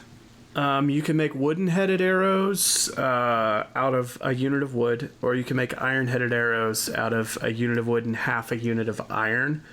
Iron you have to acquire from some source of iron. Wood you can get anywhere because you're in a forest, and it requires the bowyer talent in order to do it, it looks like. The iron-headed arrows, you need the smith talent to do it. Okay, so you have. Leather? Sorry. It's normal so you have to have a talent to craft arrows. It lists a talent. I believe that's a requirement. I'll double check if it's a bonus or a requirement, but I think it's a requirement. I think you're right. I thought we ended up getting armor for you, didn't we, Amy? Yeah, She I have tried some. buying it. I know I have some. I didn't have it in the armor helmet setting. So I was feeling I had the option. Did you also buy a helmet or something? No, I never. It's a requirement. I've not been stabbed yet. It's not come up. Oh, I see what you're saying. All right. You got it in There is a difference between studded leather armor and a studded leather helmet. So I was doing studded leather armor, as Josh said. Mm-hmm. Okay. It is a requirement, Bill. So you need a specific talent to be able to craft your own arrows. Otherwise, you got to buy them. Okay. Right. Okay. So the rest of the night is going to pass uneventfully. People can rest. It is now morning. It is no longer raining. Goodness, thank goodness for both. So were they able to sleep, or do they need to sleep now? I guess They can sleep. My question. Okay. Food and drink rolls? Yeah, food and drink rolls. Well, everybody's full on water. Don't it? You can roll your drink rolls, but everybody starts at a D12 on the water. But everybody rolls their food rolls. And then we are on to a new day. Right, we need more food. I did not sleep. Right? Because empathy break. That's empathy break. Right. You didn't sleep. You spent the quarter day with an empathy break. If Bill had succeeded on his perform, you might have gotten to rest, but you spend the entire night cutting up bodies and doing messed up stuff until there's like a perimeter of body parts and just... Is she fine? is she fine when we wake up, other than the fact that she needs to get some sleep? Yeah.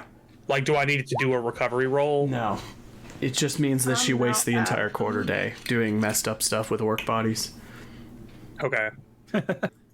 Then I am gonna go hunting. Okay. Can you hunt without arrows? I don't have arrows. Josh, are there any arrows to recover down there? Because I missed a lot. I don't think so. Do I get a D6 because you love me? I don't think so. No, that's fair. I mean, that orc did pull them out of his back and drop them. Yeah, but at best, like, that would be 3 arrows, and I don't think that's a D6 of arrows. All right, so you're gonna help me on my forage roll then?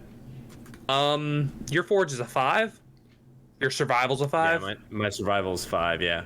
Mine's a 4, so I'll make my own. He foraged yesterday and got a unit of vegetables, right? So you could somebody could still cook that at some point. I'm gonna cook that during the evening. Okay. Or one of us will. All right. Velas sleeps. Yeah. Dahlia will help with the forage, so that's another die. Grunrock is keeping watch, and yeah, go ahead. All right. You why want to don't take the bonus? That extra die from Dahlia. But whichever. Yeah, you take the die from Dahlia. That way we're both rolling 5s. Okay. Ooh. Not I'm good for the really first. hungry. Can I push this roll? We can't push these rolls. I gotta push some rolls. I'm all out of willpower. You still have food though. Yeah. You should have a D6 of food, and you still have those vegetables. So we're at least good for another day. I am out of Yeah, and I mean, that was the morning. We may as well do this again in the day, right? Velas is out of food. Yeah. Was there? We have a food. We have a unit. We have some vegetables that I can turn into food this evening. So you'll be fine in the morning. Yeah. And we're about to get some more right here in the afternoon. All right. Is there an encounter? No. And the morning passes. Did you fail on your foraging? We both did. Yeah. we're both- Oh, you did 2 separate forage rolls? Yeah. Okay, 1 sec. Odds were in our favor, and I rolled 3 ones. Good. Good. Don't say good like that's good. Somebody roll a d6 for me.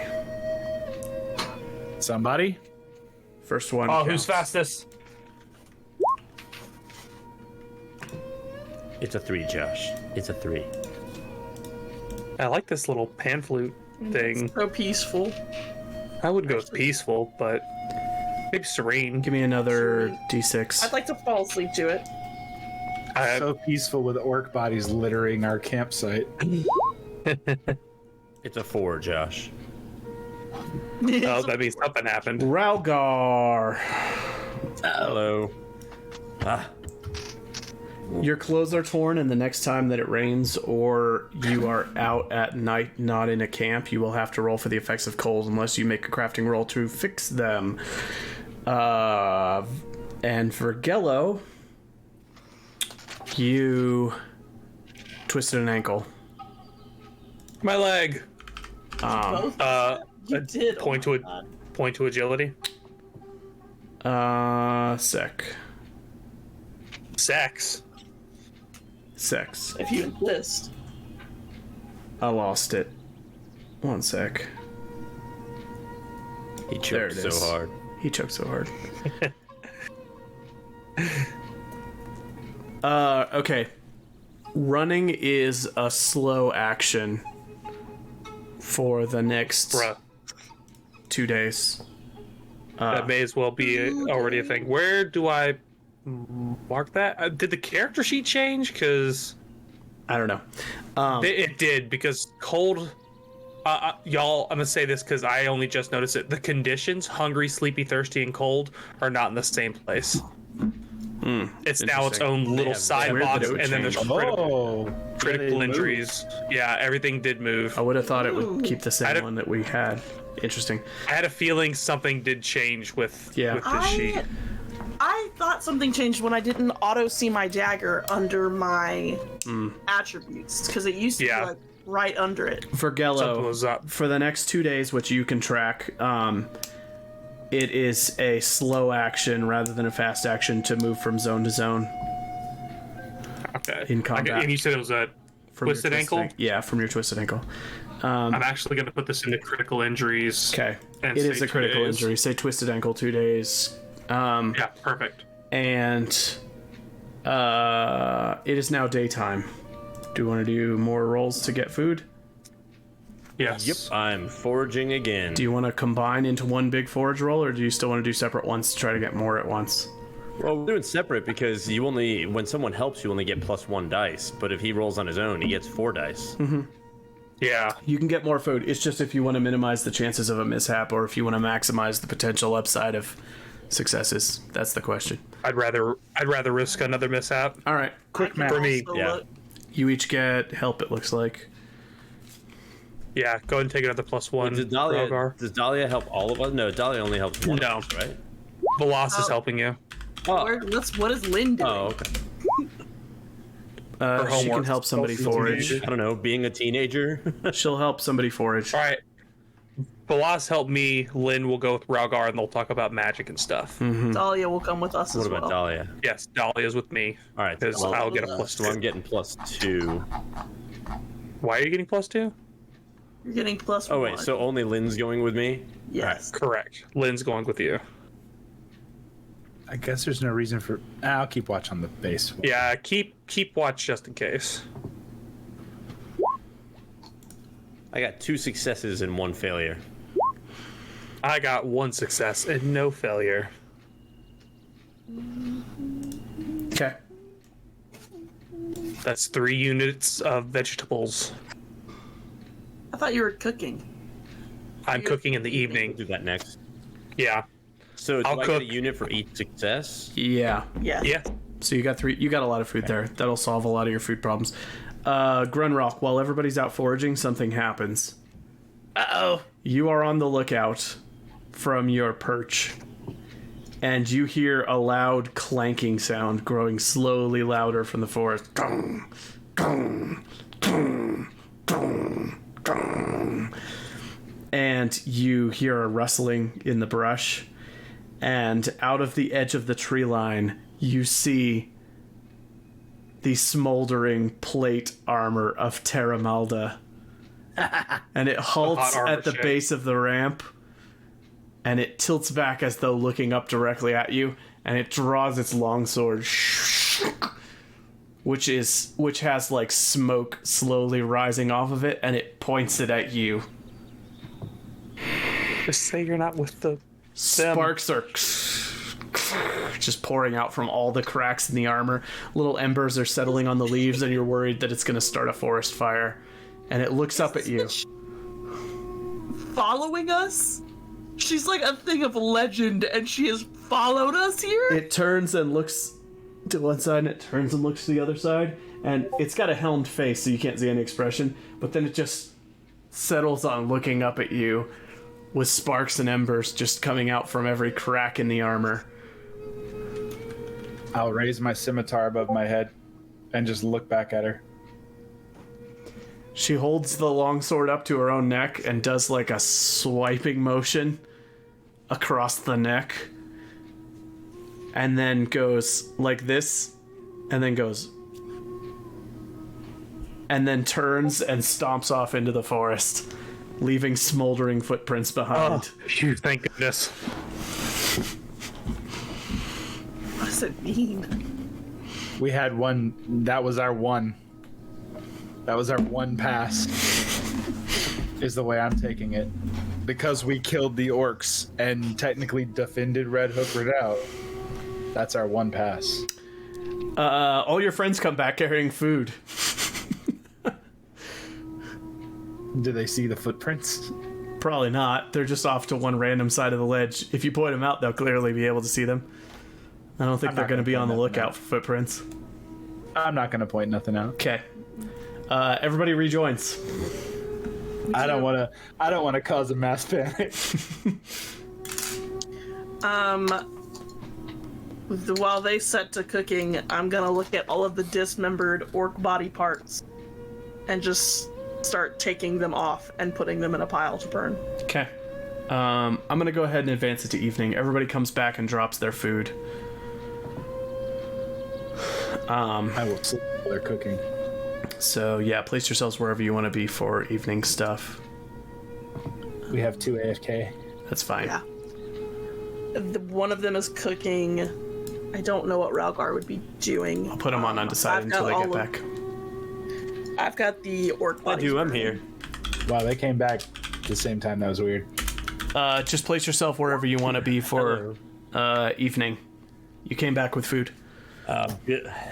Yellow, I will give you my vegetables if you want to cook them. I found 3 bunches of them.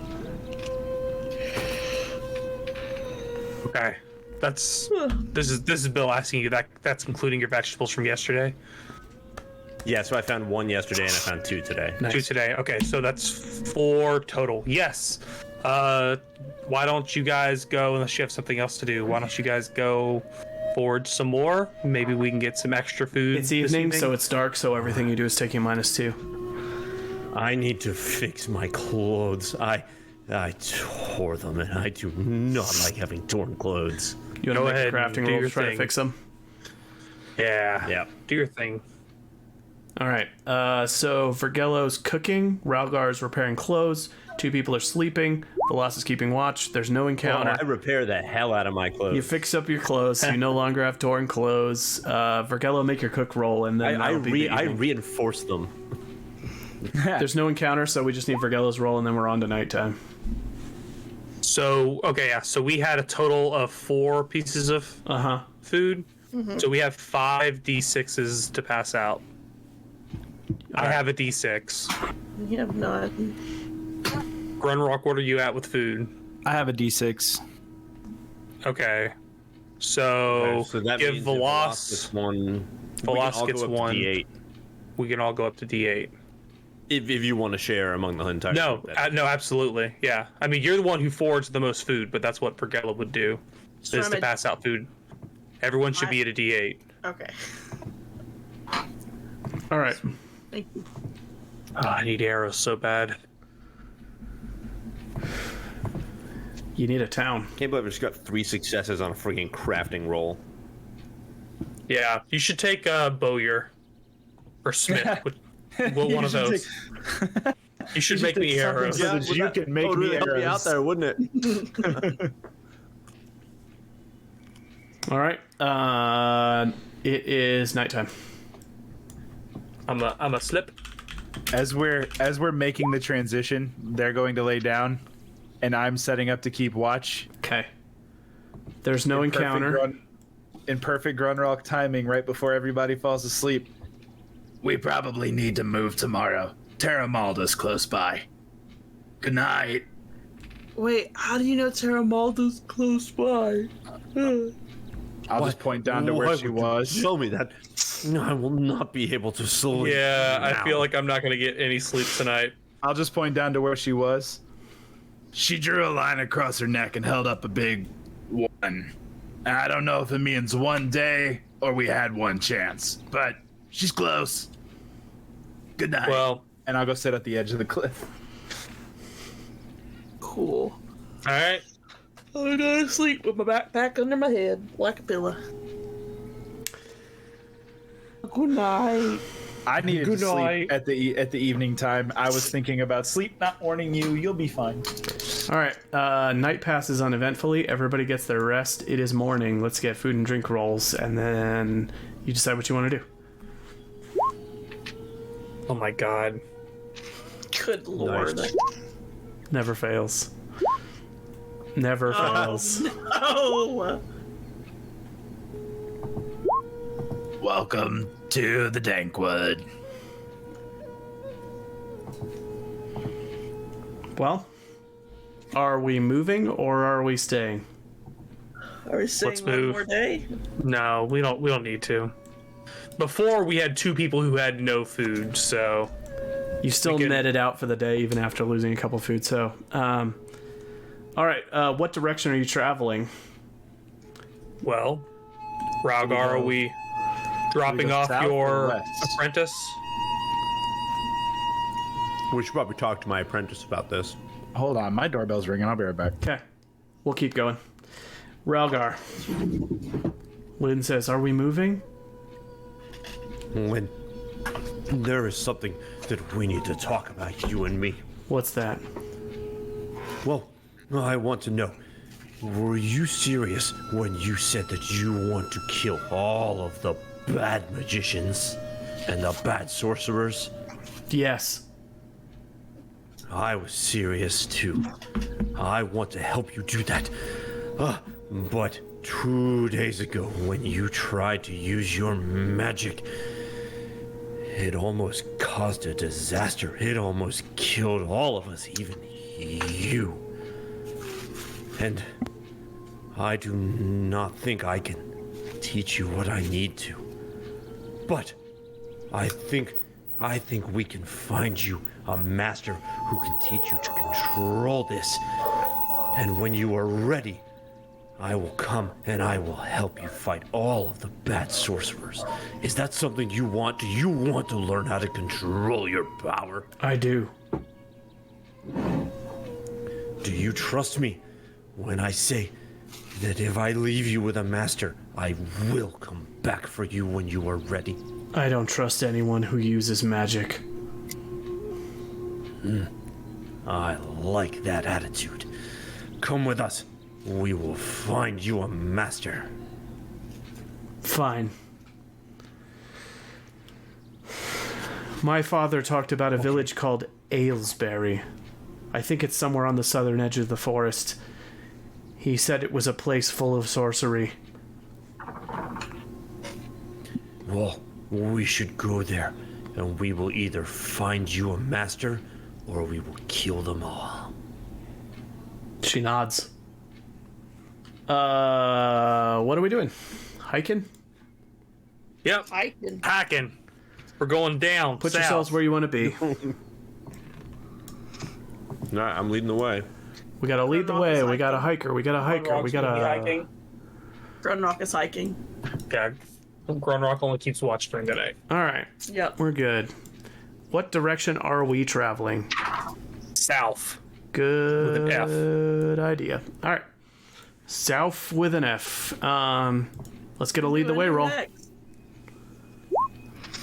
That's a double 2 success. successes. Yeah. All right. We travel on with no event. We are entering a new hex. So there's an encounter roll with no encounter.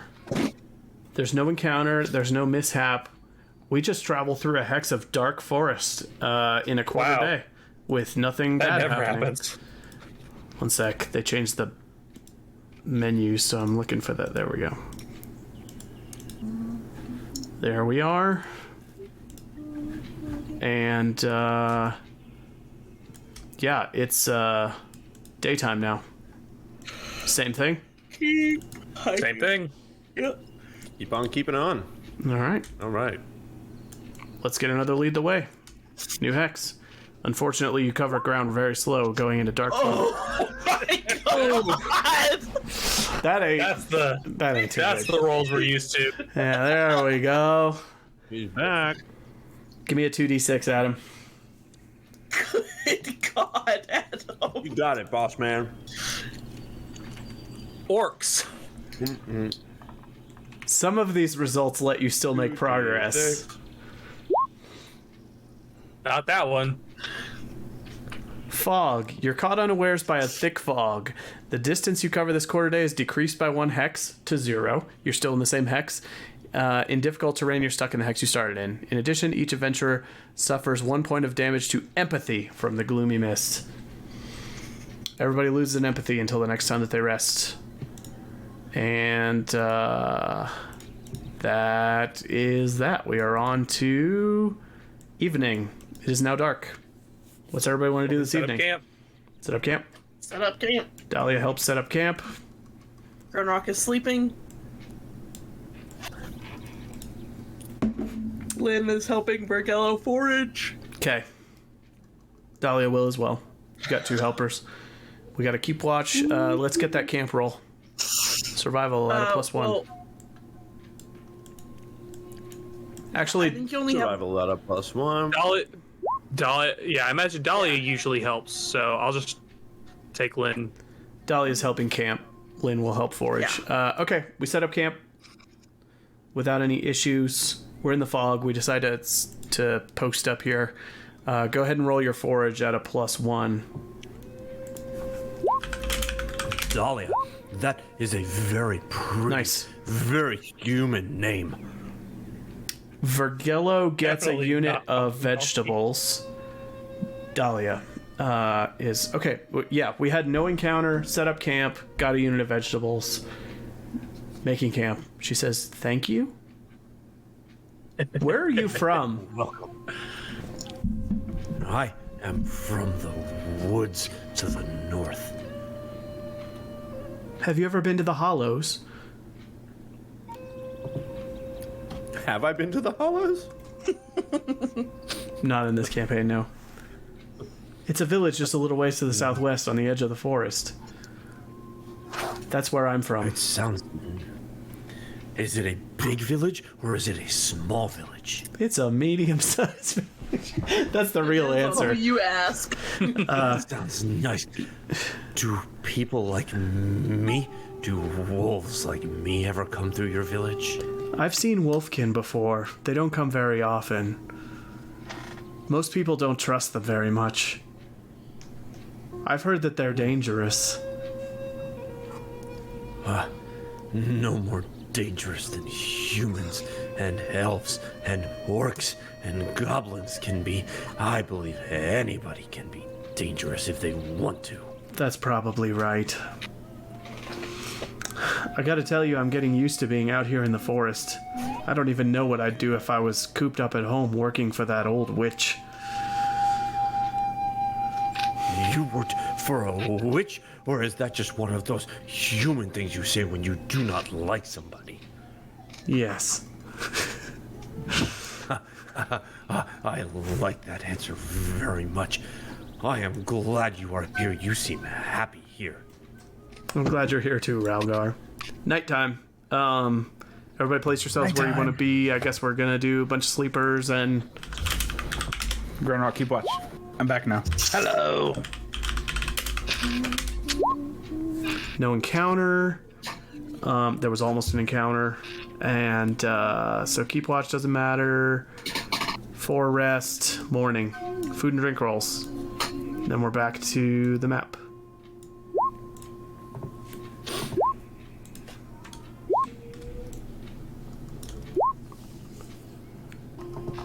Can I request Terramalda's?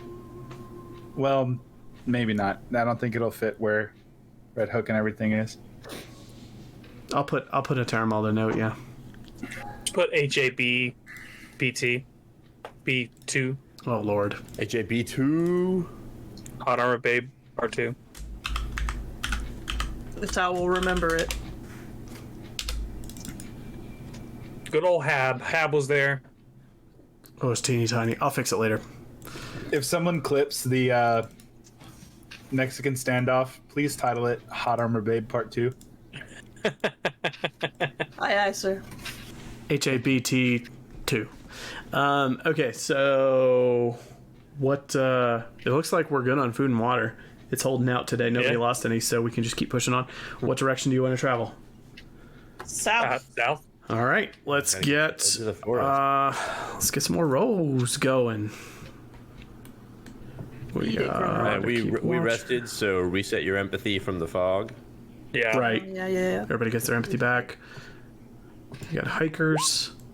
You just tell me to beat it. I did. Nice. I got a success on our lead the way. nice. You're not- All right, we're traveling. It's like we're traveling. It's like we're adventuring into the unknown. All right. Don't sing it. Don't sing it. Stop! Stop! I didn't sing it. The forest is starting to thin out a little bit. We are now in regular forest rather than dark forest, and Oh, that's nice. Were we supposed to be taking penalties for the Dark Forest for foraging? yeah, of a -1. Well, No, well. That's okay.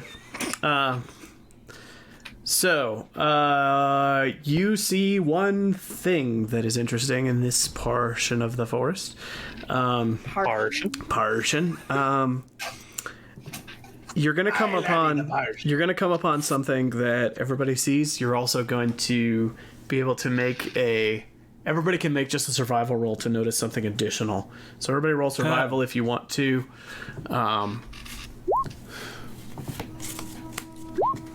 I have mixed feelings about it being a survival roll. Yeah. I can't roll scouting instead of survival.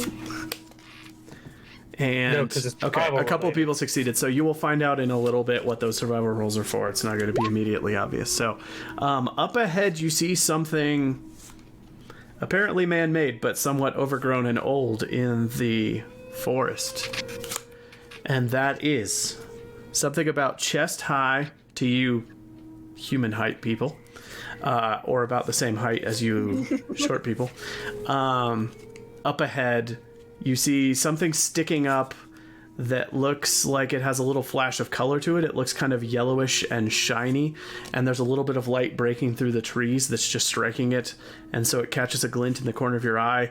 It looks like something about chest high that is partially overgrown, and there's a little clearing around it where all of the undergrowth is kind of cut back and trampled down. So there's like a little bit of a cleared out area, maybe 10 feet across, with something with a little flash of color to it that is about chest high. You see it off in the distance, maybe 50 feet away, and it's very difficult to make out what it is from a distance. It's perfectly stationary. It looks like a feature, not a creature. Ha! Shall we go check it out? I want that on a shirt. Do you Feature, not a creature. Do you want me not to a go creature. like stealth and check it out? Do you want to just go check it out? We may as well just go check it out. I would hope the person who gives it the closest look is the person who is the most educated, that being Ralgar, who has the highest lore. I will approach it, and I will poke it with my stick. You approach. Get ahead of ourselves. One thing at a time. Look at it first. You approach it. I want to. I'll for Ralgar's ambition, I will say that he's walking in front, and will be the first to catch any horrible thing that comes flying away. You approach towards this. Catch things. I dodge them. Of course you do. You approach the very small clearing, and two things become evident. One, this is an altar, which I will describe in detail in a moment. Second, the survival rolls were to tell you that there are a fair amount of tracks leading to this altar, to and from it, like it's frequently visited, even though it's not particularly well kept and has some vines and things growing up the base of it, and the tracks seem to be heading out to the southwest. Now let me describe the altar. The altar is a very strange altar. It is on a hexagonal stone base, and it then has sort of a tapered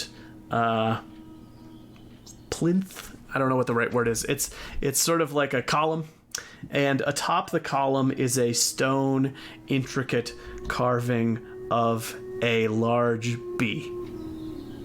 And in context, you realize that the honeycomb-like, or that the hexagonal base sort of resembles a section of a honeycomb, and it has a very light, smaller hexagonal grid marking inside of it, like it's a big hexagon with small hexagons making it up.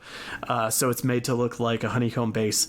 It has a bowl at its base as though for offerings, and it looks like there are the remains of burned bones and little scraps of organic matter in there, and it's difficult to make out what is in there. It looks like maybe some iron or brass things were tossed in there, but they're badly charred and misshapen at this point. Like people have been tossing little things in here, either living or inanimate, and burning them in this little dish. This is a situation where everybody who wants to can make a lore roll. With one success, you might have some high-level knowledge of what you're looking at. With multiple successes, you might have some deeper knowledge of what you are looking at. And I was about to say, Ralgar, you get 2 extra dice on this, so roll an additional 2d6. Just you.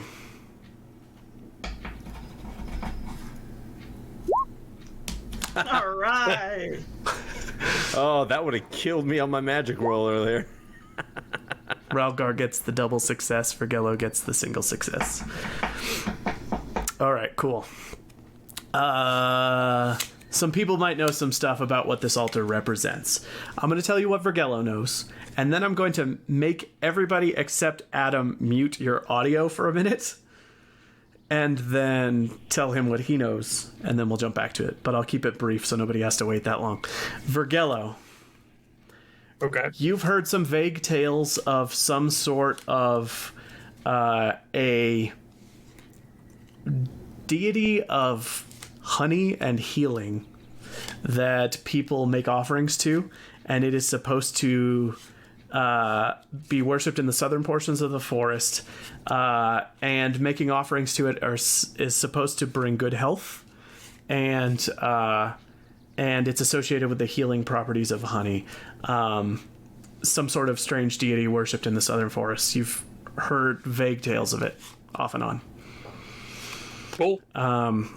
And now, could Aimee, Hank, and Bill just mute your audio for a minute, and I will do a thumbs up in about 90 seconds when I'm done giving Adam his deeper background. I'm going to do a flashback with him to what he knows about this.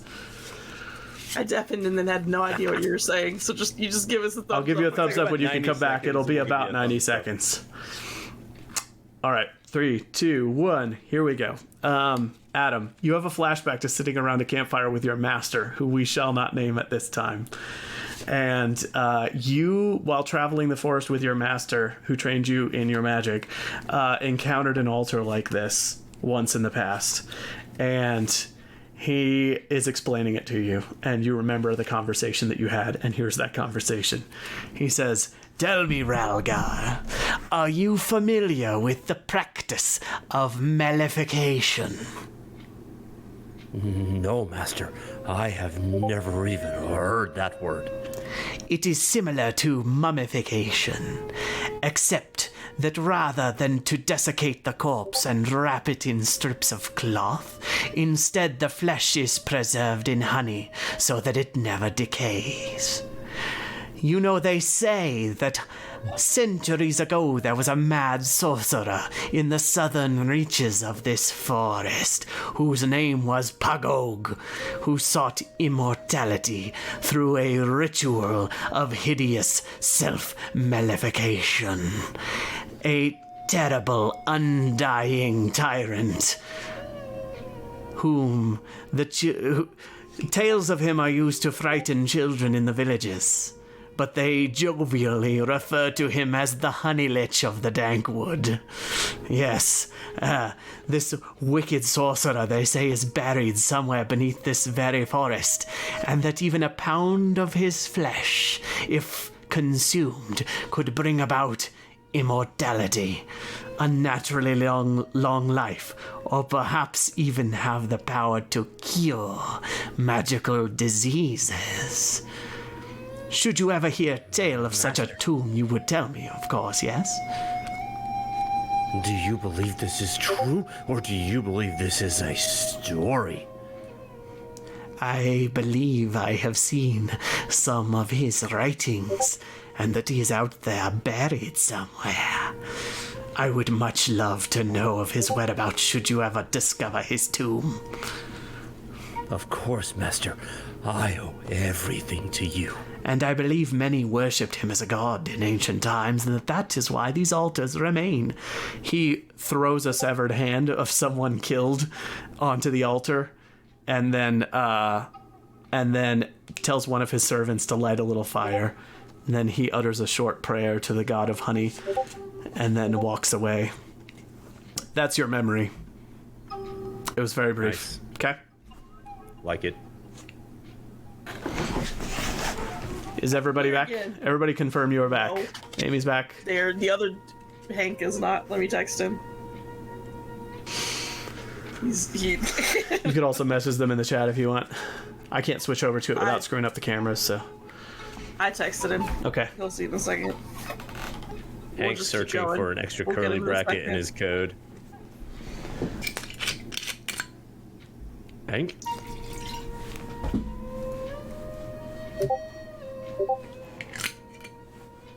I'm back. Okay.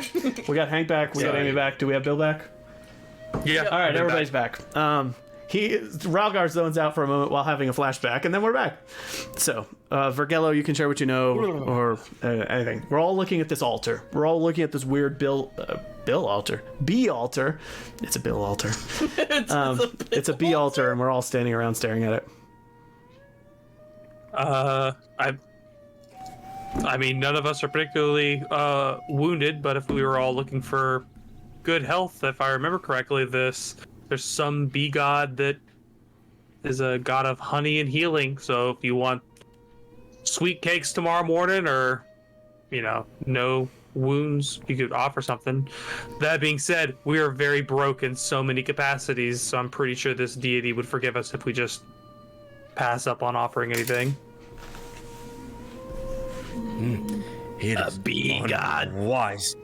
It would be unwise for us to pass this altar without leaving something. And I pull the severed hand of the orc that I got, and I put it in the altar, and I use whatever flint I have to try to light a small fire in the altar underneath it. Okay, you do that. It takes a few minutes. It burns away, creating a thick black smoke from the altar, and you all smell cooking orc meat, so you know what that smells like now. File that away, and after a few minutes, is Ralgar satisfied? There's no visible effect when you do this. It is best that we move on. But You I mean, okay if we there, all buddy? if we all need to make an offering, like I'll step up, and I have a wolf hide. It's got to be worth something. You do not need to. It is okay. Save your wolf hide. The offering has been made, and I am convinced it has been received. But I'm also like, I got to get rid of it at some point, or it's just gonna go bad. I can't tan it. Okay, then let us see how fast it burns. Vergello, Okay. you want I to will- burn a wolf hide? Yeah, Okay. I'll Sounds good. fold it up nicely and set it on fire. And while it burns, I'll play a little hymnal Okay. to the bee god Sounds good. and do a dance, because I know bees communicate by dancing. You burn it While up. he's playing music and dancing, I'll cut a little line on my hand and drip some blood on top of the fire. Okay. I'll walk over and You'll be take a like, point of "You were- damage to your strength. I taking a page out of my book. All I got's blood to offer, but I got plenty of it. Point of damage to your strength. Cut my hand All right. with the dagger. All four of you made offerings. And I wanna turn to Velas and say, Velas, you are good at finding things and looking for things, right? I'm good at seeing things, not always finding things. Do you see anything in the ground around us that looks unusual? Anything that might be a stone sticking out unnaturally or anything like that? Can you look for me? My old eyes are not as keen as they once were. Scouting roll. Yeah, sure. I will scout and look and see. Sounds good. Scouting roll. Oof. Can I push it? Please, No. please look harder. This is important to me. I mean, do any of us hear him emphasizing it if it's important? Like, I would glance around with my 3 scouting. Make a scouting roll then. I'm sorry, it just looks like a clearing. Yeah, I don't see anything. I need to step away for Grunrock 1 sec. sees something. Be right back. I really don't see anything. Grunrock's the only one that sees anything. Maybe. I'm gonna go get a snack while he's gone. I'll be right back. I'm Do just it. gonna. Yeah, I'm just gonna suffer. I'm just gonna look at all the bees that were shared in chat. The bees. All right, I'm gonna get water too, real fast. Hank, it's up to us to entertain. Uh-oh. Oh no. I'm back. All right. That was quick. So I got one success. You got one success. Nothing further. Just tracks heading to the southwest. Like people have visited this altar intermittently, and that they mostly were coming from the southwestern direction. Cool. I guess we would continue southwest if there was nothing else. Okay. All right. Let's go back to. Oh, we're on the exploration tab. I was on the other tab. All right. Daytime. You wanna? Daytime. What direction do you want to travel? Do you want to see the map again? Or do you want to? South. I mean, we know that village was to the south. We don't have any other direction other than south. Lynn's dad said that it is on the edge of the forest. I wonder if the footsteps were people coming from the village to the shrine. Maybe we should follow the footsteps. Footsteps would be southwest. Due south would be south. So, which direction do you want to go? Josh, can you bring up the map screen for us? All I'm seeing is the where are we? Because it looks like the edge of the forest. Maybe somewhere in I'm seeing we're- color change. Yeah, we are basically at the edge of the forest now. So if we wanted Gotta be around to, here somewhere. yeah, Ralgar, you're quite literally leading the way. So if you want to follow the footsteps to the southwest, then that's just as fine. It's just going southwest and then east if there's nothing there. Yes, let's do that. Let's follow the footsteps. All right. Then let's pop back over here. Let's get that lead the way. Lead the way. You know I love to. This is regular forest. You got a we go. success. regular forest. Please hold. Do we have our horses, or did we leave them behind? You left them behind. We had to leave them behind. I We just thought have we left Sir them behind. Archibald Truffles. Sir Archibald Truffles. That's the donkey. Yeah. His name's actually longer than that. Yeah, I made it a stupidly long name. It's Sir okay. Archibald Truffles, High Lord of the... I can't read it. Crab Stream. Yeah. All right. You travel to the southwest, and you find a village. Huzzah! Is there a sign that says the same name of the village we're looking for? Aylesbury. It is. It's Aylesbury, there is a That sign. sign does say Aylesbury. We did it. All right. A small village of maybe a dozen to 15 separate buildings lies in the sparse borderlands of the forest here. The village is interesting for a couple of reasons. The buildings are fairly rundown looking. It is not a very well kept village. It looks like it has maybe 30 to 50 residents in total. There are people walking about, and this place probably wouldn't draw a lot of traffic, so a lot of people are stopping and looking at you as they see you approaching from the border of the village. The village has...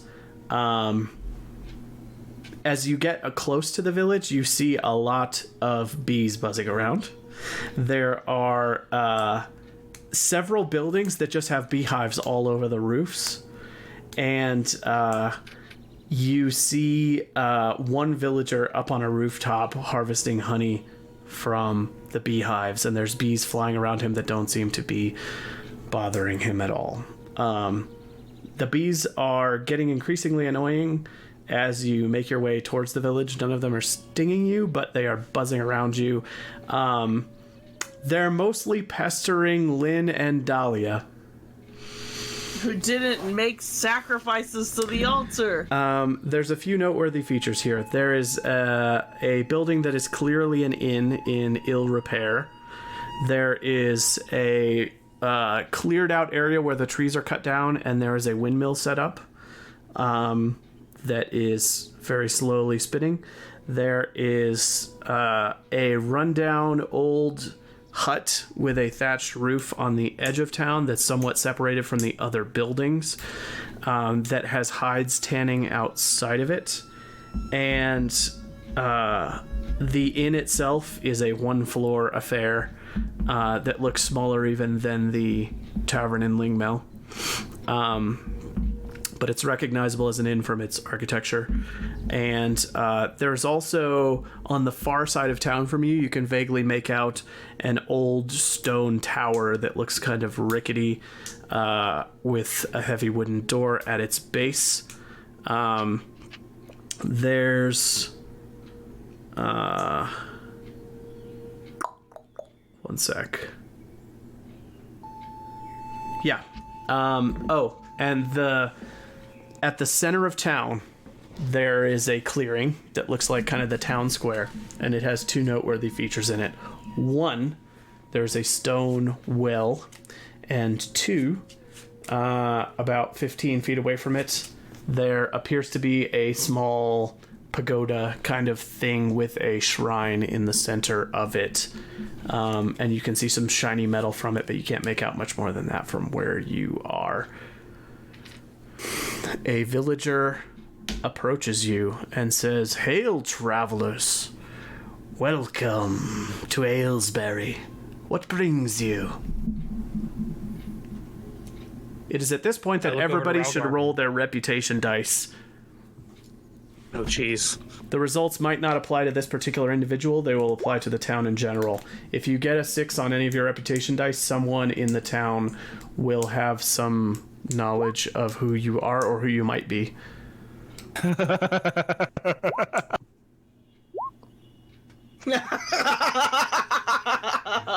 fuck. How do y'all Me and Grunrock, Jesus. You gotta click it and then go down and click roll. I did the same thing. Yeah, but my reputation is 2, and when I click it, it's just putting 4 into my... Mine's doing 3, even though mine's It's 2. I just think it adds plus something one. else. Yeah. I Yeah. rolled 4 and I have 3 reputation. It's adding some other thing. Oh, it's adding your age. So that's why yours is +2. Oh, we were factoring the age into the reputation. We'll just go left to right in rows and eliminate dice that aren't supposed to apply, but that's still a success for Grunrock, Velas. 2 successes for me. Right. Okay, so we need to lower our reputation. Yeah, for next time. But for this, we'll just take a subset of the dice and keep the roll. So, Grunrock and Velas. Mine's a 2. I'm young, so it doesn't affect my reputation. All right, it'll come up, but not immediately. Okay. So he says, "Hail, travelers! What brings you to Aylesbury?" I look over to Ralgar. You want me to speak? Okay, I will try. Hello.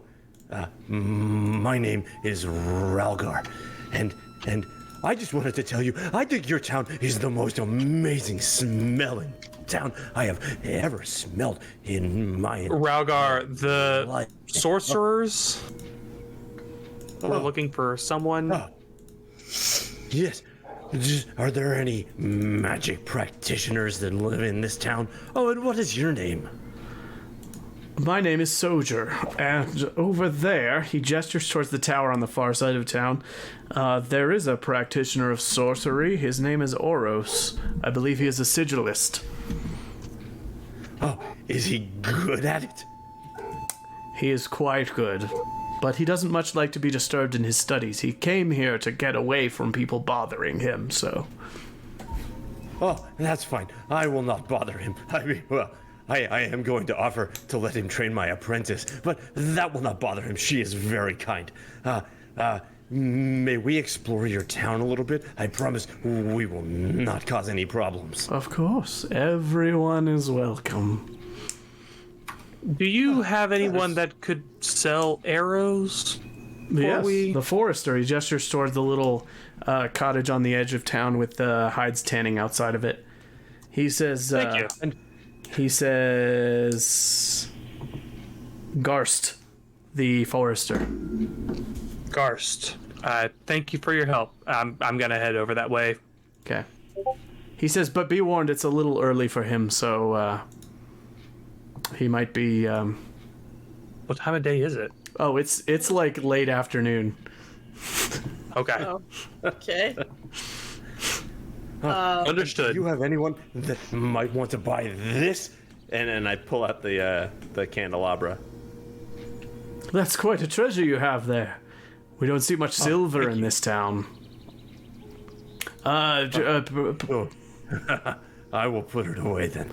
He says the wealthiest person in town who might like to trade in goods would probably be the innkeeper. Okay. We will make sure to say hi to them. Skeldar. Skeldar is the innkeeper. He says to pay Skeldar a visit, and if he thinks it's something he can flip with the clientele who pass through the town, that he might gladly pawn it off for a reasonable price. I understand. Your name was Sojar, did I listen correctly? Yes. It is nice to meet you. Hey, Sojar, do you have any family here? Of course I do. I have my little boy, Alder, who you might see frolicking about in the square somewhere. I'm not sure where he is right now. My father, his father, and his father. Oh, wow. That is a lot of fathers. And what do people in this town do? Do you just make honey? Well, that is our primary trade. But mostly we enjoy the beauty of the land. We harvest what we can from the forest, and we make offerings to our sacred god who guides us and protects us. Perhaps you can make an offering at the shrine in the center of town while you're here. He provides good health and long life. Oh, yeah. That sounds like the same shrine that we made an offering to in the woods. And I point behind us the way that we came. Is that also from your god? If you describe the general direction, he will say, of course, we worship a god of milk and honey and good health who protects over us, and he has guarded this village for as long as it's existed. Oh, that is fantastic to hear. You sound like nice people. Where could I get a sample of the honey? Our village harvests much honey. If you go to the inn, you can purchase as much honey as you like. Anyone who passes through often purchases some of our honey. It has a delicious herbal flavor to it, and I tell you, you can't find finer honey anywhere in the Ravenlands. Ah, that's great. And one more question, then I will let you go. I am taking much of your time. Is there anyone in town that might need help with anything? We like to help people.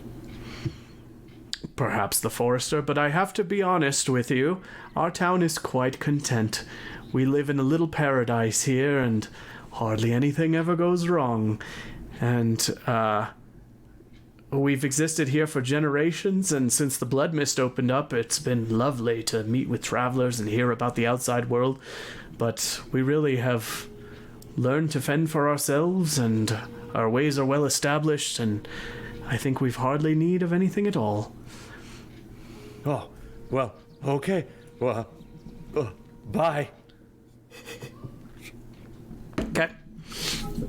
You rejoined with the group.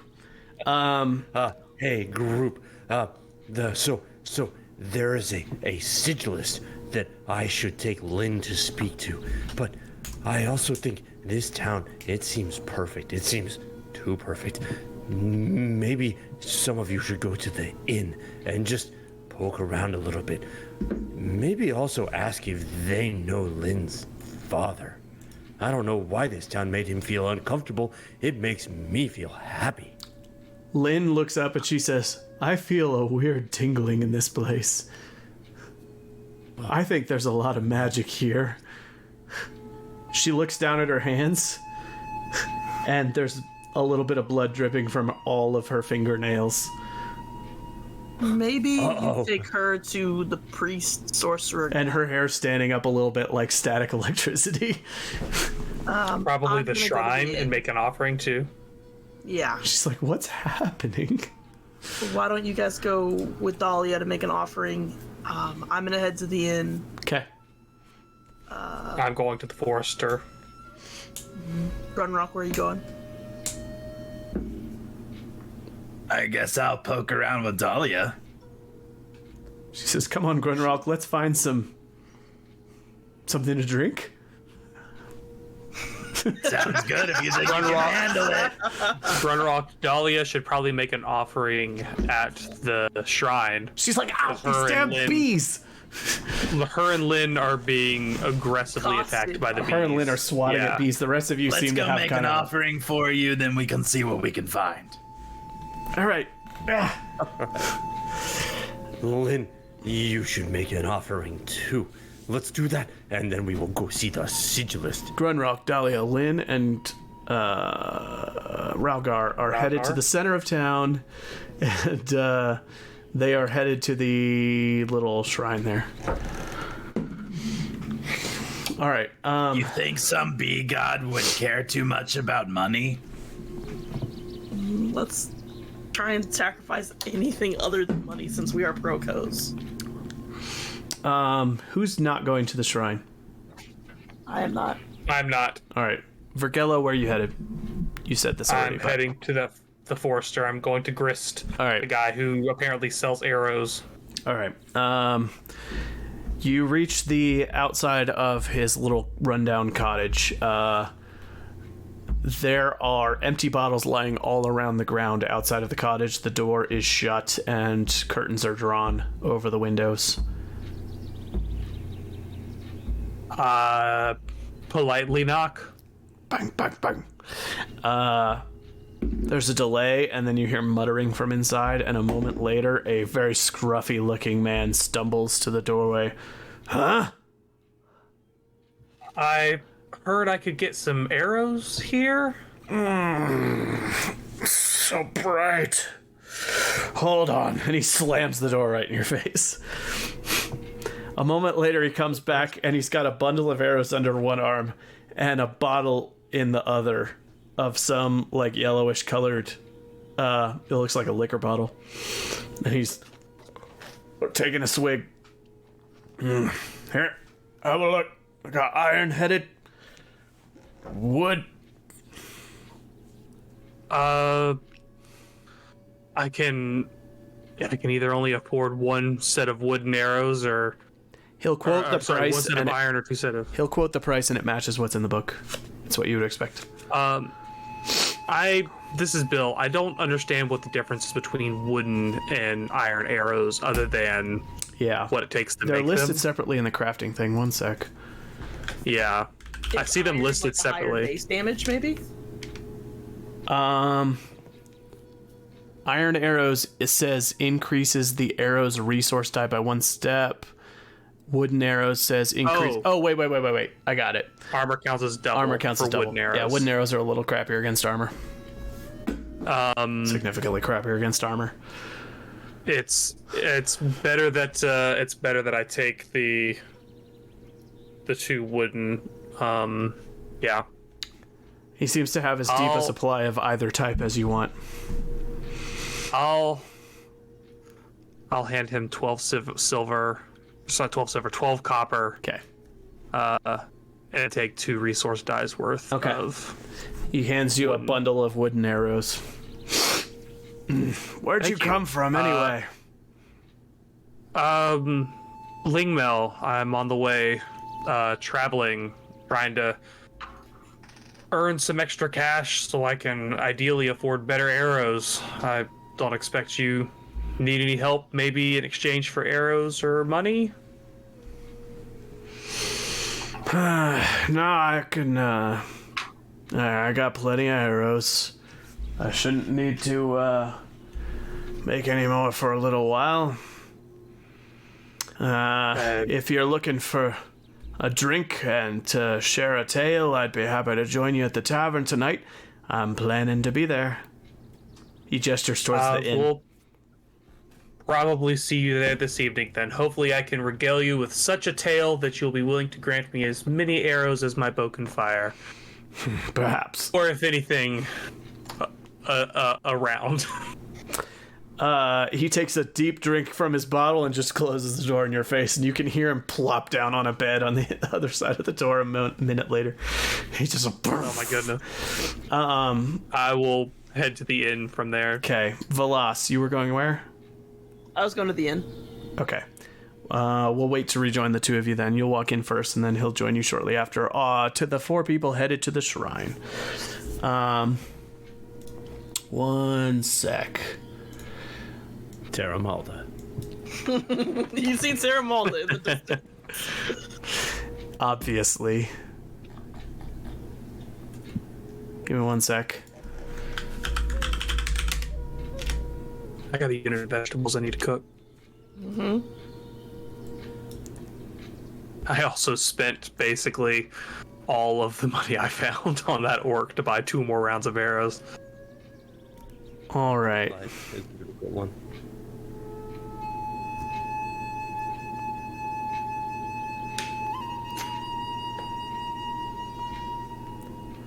All right. Almost ready, sorry. Okay. This shrine is semicircular, and the walls and floor seem to be an ancient plaster mural that is difficult to make out because it is badly weathered. It looks quite ancient, and like maybe it once depicted something, but it's quite worn away from footsteps, hands touching it, weathering, all of that sort of stuff. So it's just this like worn plaster wall and floor in sort of a semicircle. The other half of the semicircle, like the other half of the circle, is open with a couple of columns holding up the little roof of the pagoda overhead. The whole thing is maybe like 8 feet across. At the center of it is an idol that looks like a shiny brass bee, except that it for some reason has 8 legs instead of 6, and the back 2 look disturbingly human-like, and it is sitting atop a little altar column. It's kind of similar to the one that you saw before, and there are offerings all around it. There's flowers, there's meat, there's charred bits of bone and metal and wood. You can't even tell what some of these things were, and there's a big brass bowl at the base of the altar for offerings. Hey, Grunrock, I have a question for you. What's up, big guy? Well, when I was talking to that man earlier, did you hear him say that his son lives here, but so does his father, and his father's father, and his father's father's father, and his father's father's father's father? I only thought it was 4 generations, but that's really weird too. How long do these humans live? You know, I'm not quite sure how long humans live, but that seems kinda too long. Hey, Dahlia, Nice. when do humans usually die? Yeah, Dahlia, when do you die? The oldest members of my family in their 70s. But many don't even make it that long. Do you know, and did you meet, hold on, is your father's father's father still alive? I never even knew my grandfather. Okay. So that's 1 more generation than she's ever met. Guys, I think there might be something weird about this place. Yeah, not to mention this altar has too many legs. I think. Yeah, and look at Lynn's fingers. Well, I mean, Crackling. that is kinda just the kid. She looks at her hand and she sticks one finger up and a little flame goes and then turns black and then fades away. Okay, maybe that's not just the kid. That's very strange. Okay, we should make our offerings. We should go talk to this sigilist. And then I think it's time that everyone learns a little bit more about Ralgar. We should go back to the group after we talk to this wizard. Do you have anything to offer on behalf? Dahlia will give up some of her cookingware. She'll just throw it on the altar. She's like, please be God, take these pans. And then she steps back and she's like, did that work? She's still swatting bees. And Lynn has nothing to offer. Lynn, you could offer a drop of blood like our companions did at the other altar. It looks like you already have some of that dripping from you. She looks down hesitantly. Just drop it in the bowl. I'm not quite sure that this altar is one we can really trust. She says, is this normal? I'm gonna kick one of the human-looking legs. On the statue? Yeah. Okay.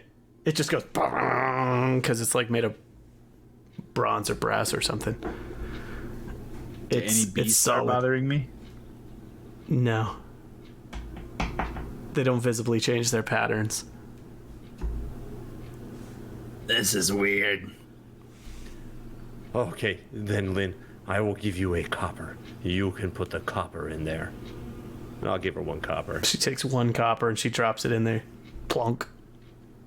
Oh, be God. Bees be gone. She looks around. The bees seem to ease off a little bit. But they don't with Dahlia's pan? They do after a minute. Oh, it's like, what? They do. For both of them, the bees seem to be backing off. For now. All right. Grunrock, do you want to come with us to see the wizard? Or do you want to do something else? Well, I promised the lady here a drink, so I guess we'll go see if we can find one. Velas and Vergello. You walk into the tavern. Back at the tavern.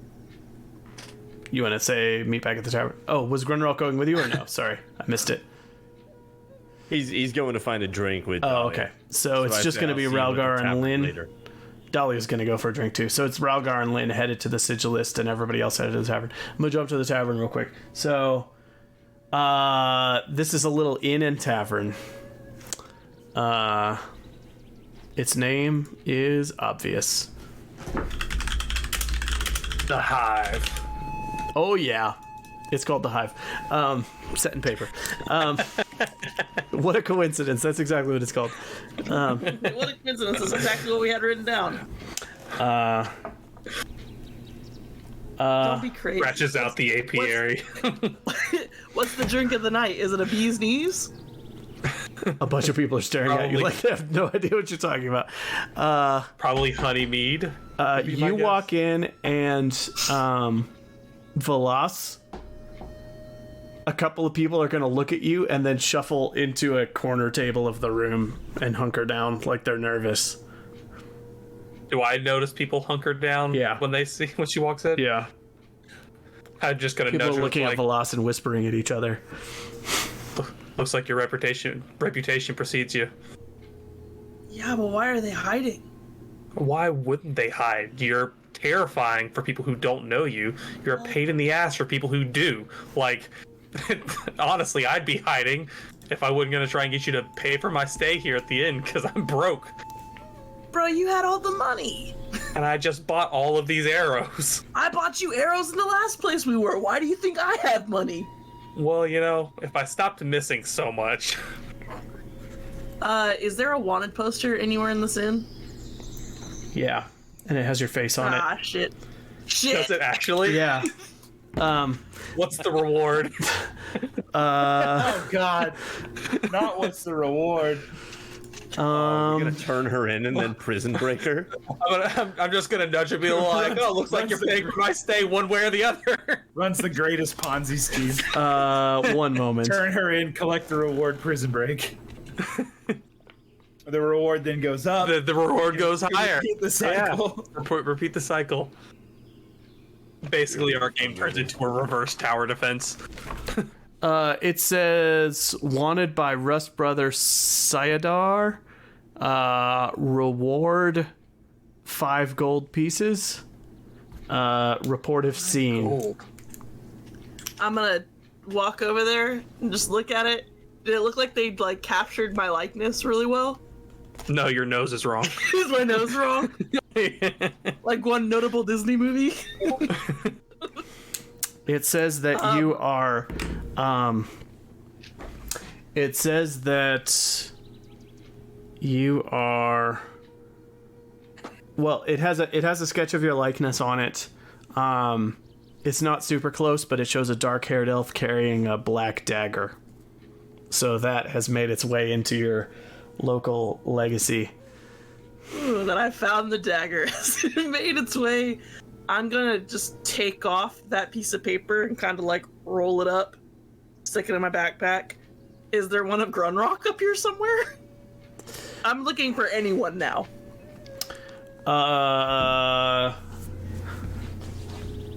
Grunrock is also on there. You and Grunrock both. What is Grunrock wanted for? It just says goblin accomplice to Velas, and it shows it's a crude sketch of a goblin holding an oversized scimitar with like a crazy angry face and pointy teeth. I'm gonna take it down and just start laughing and like fold it up and stick it in my pocket. The bounty on that one is 1 gold. It sucks to suck. Whenever Velas points out the gold value compared to hers, we're like, looks like do it by weight. When you go tear down the posters, everybody in the tavern is visibly staring at you. I'm gonna turn around. Have I noticed any Rust Brothers in this town so far? No. No. I'm just gonna walk over to the barkeep and be like, so the Rust Brothers just like drop in? Is there a local one? Look, I don't want any trouble. Why do you think that I want trouble? I didn't say that you did. I'm sure you're just passing through. Is that correct? Yeah, I'm not gonna be here very long. I mean, I just passing through. Our little village doesn't want any trouble. We just want to keep everybody happy, so there's no need for alarm. Well, I am not alarmed. I just have a couple questions as a traveler. What would you like to know? Do the Rust Brothers stay here? Or do they just kind of pass through in and out? Sometimes they stay here. When they're looking for Raven Sisters. Are there any Rust Brothers here right now? I don't believe so, no. Well, that is fortunate. When the Raven Sisters are here, do you keep them here against their will? No, Or is no, it of just course like not. We're a peaceful village. We're neutral in all respects, but we let bounties be hang posted. wanted posters? Well, we need to know who the troublemakers are. Not that you're a troublemaker. We want no trouble, but the Rust Brothers help to keep the peace in this region, and we defer to them to help us to determine who might be a threat. They place those posters and we allow them to do so. We give them hospitality and there's no more trouble. That's fair, I guess. About as much as anyone could ask for. Are you all... and pardon my bluntness, are you all human? He looks around and a bunch of people are looking at each other like, is it yet? I am indeed human. We were talking to someone out there, and he was talking about how his father lived here, and his father's father, and his father's father. You don't usually go back that many generations. Oh, yes. Our patron god blesses us with a healthy, long life. Our village has been here for centuries, and we have hardly known disease, and many have lived here for generations. Some even remember before the blood mist. And you're human. I believe so. That is fascinating. Can I interest you in any of the local mead? Well, that depends. How much is it? I can give you a price in a sec. Yeah, no, I've got 2 copper to my name. I've fallen wrong enough. No, probably not. I had another question. 4 copper. Yeah. Mead would be nice, but I don't have a lot of money right now, so I'm gonna have to pass. If I wish I could turn myself in and get a little food, that would. I'm gonna stop talking. I usually get in trouble for talking. Question. Vergilla walks in. Alderland. Yes. Do you know where Alderland would be? Alderland? You don't know where Alderland is? I'm from Mistwall. Have you heard the tale of the Great Divide when the Raven God raised the mountains to separate our land from the land of the humans? Yes. Well, Alderland lies to the south of the Great Divide. And the Great Divide is far to the south of here. The human kings of Alderland have been separated from the Ravenland by centuries. My ancestors owe their lineage to Alderland. Well, that's cool. I don't suppose you're a descendant of, like, the king. The original Of the king? What do you mean by original king? There have been many kings of Alderland. Yeah, and they've had a great lineage, much like yourself and the people here. They've made wise investments and decisions. Alas, I'm pretty sure asking a human about a king from so long ago is like asking a Elven Spring about a king so long ago. Vergillo comes up behind you and says this. Not everyone remembers someone ancient, nor would I doubt, no offense to you, good sir, would someone who ran an inn have ties to royalty. I could be wrong, but you could correct me, sir. Are you scholars of history? Or inquisitors. A bit. Yeah, just curiosity kind of gets you, and honestly, that's honestly why we're just so broke, because our inquisitive nature leads us to ask questions, and we get stuck in rabbit holes of curiosity rather than questions of if you need any help that earns coin. I see. Well, my grandfather still lives here in this village, and he remembers the times before the Blood Mist, and the times during the Alder Wars, when the kings of Alderland ventured here into the Ravenlands and set up their many camps and built great castles and fortresses, but ultimately they all fell before the demon flood of Zygofer. Yes. If I were to move southeast of here, I would hit a river. How much? So southeast perhaps would not be the direction to go to get to Alderland. To get to Alderland, it is far to the south. You would have to travel across the plains of Moldena, through the Groveland woods, and across the mountains of the Great Divide, which they say are entirely impassable, but for the one pass which is now sealed by the Great Iron Lock. Think past Amber's Peak. You've been to Amber's Peak, or you know of it. I've certainly heard of it through stories. I'm talking much, much farther than Amber's Peak before you get to Alderland. Oh, yes. That wouldn't be south. Yes, it would. Amber's Peak is south. Southeast, but it's south. It's not north. Southeast. Southeast is still south. Yeah, you're right. You're right. Sorry, I thought it was just further east. That is inconvenient. You said your grandfather lived here. Yes. Does he take to visitors with questions about the past? He has been cooped up for so long he would love to talk about the outside world, but I tell you that he has no intention of going anywhere, because we are all quite content here, thank you. I would not force a venture upon anyone else. Can you tell me where I could find him? Oh, yes. He lives across town in the house on the ridge. Yes, no. Sir, are you okay? I had a stroke. It happens all the time. I'm very, very old. B-stroke. B-stroke.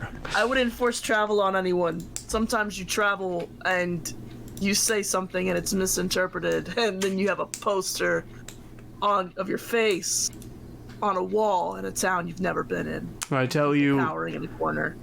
Velas, that you do not seem like a troublemaker to me, and I hope that it stays that way. You are welcome in our village, and we look for no trouble. I also look for no trouble. Thank you. What did you say your name was? Yeah. I got this. Stroke. Right face McGee. Skeldar. This is Skeldar the innkeeper. Skeldar? Skeldar. Skeldar, what's your grandfather's name? Please. My grandfather's name? I want to go talk to him, and I want to be able to call him his name. Atharan. Atharan. Thank you, sir. And I'm gonna turn and look at him. I'm gonna look at Vergello. Well, you can stay here and try and make a little money. Yeah, I'll be back in a bit. Or you can come with me. I don't really care. We'll wrap shortly, but I want to get through a few things before we're done. I'm going to jump back over to Ralgar. By the way, Grunrock just walked into the tavern. Hello. And your father's name. Look, don't make me come up with any more names, chat. I've had enough. All right. Skeldar, Beldar. I mean, what? This was Beldar. all planned out. I have all the names. All right. Ralgar, you're walking with Lynn to the little tower on the edge of town. Lynn, are you excited? This might be your new master. I remember when I met my master for the first time. She says, I'm trying not to be excited. And she looks down, and there's blood red feathers just being left in her footprints as she walks. Wow, those are very pretty. But I see what you mean. Let's go talk to this sigilist. You reach the base of the tower. Bang on the door. Bang, bang, bang. Step, step, step, step, step, step, step, step. You see an elderly-looking human, long, gray, scraggly hair, wearing gray robes, and he has little spectacles on the tip of his nose, and he says, "Hello." Hi, look at this. Lynn, show the man. Hello, she waves, and it leaves like a streak of black light behind as she waves her hand. She's like, I don't know what's happening. And he goes, come in. Hold on. Stamp off your feet.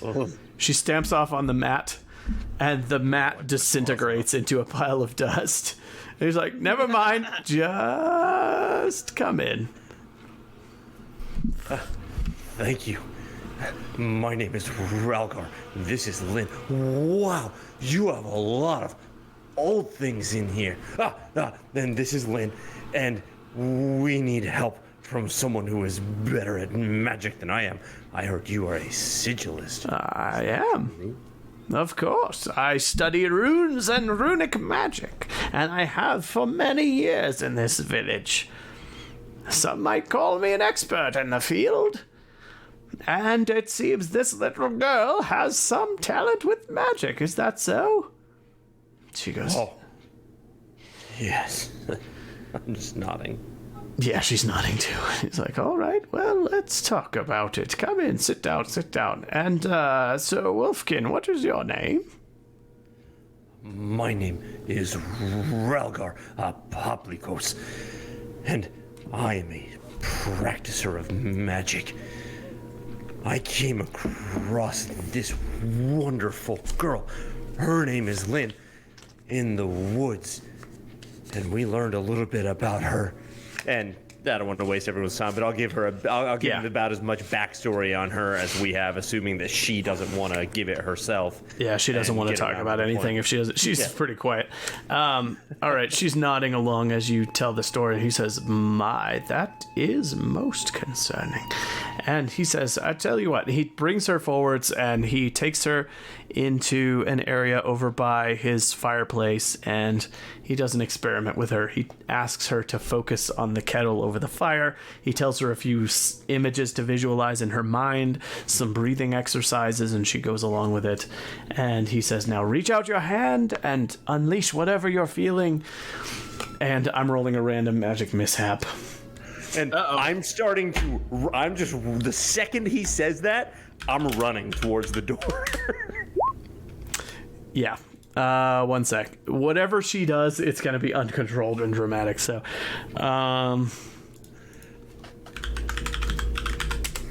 all right. 26. Your magic hurts your body. You suffer a point of damage to strike. She's going to face her hand towards the cauldron, and there's going to be red energy, and it's going to backlash and knock her on the floor. And she's out of breath and looks drained, and you can see veins in her face, very pronounced. And she's like, ah. And he's like, okay, maybe that was a bit too hasty. And he stands her back up. He asks if he can speak to her privately for a few minutes. Would you be willing to step outside? Lynn, do you want to speak with him without me? Is it okay if I leave you with him? I will stand right outside. She nods. Okay. You step outside?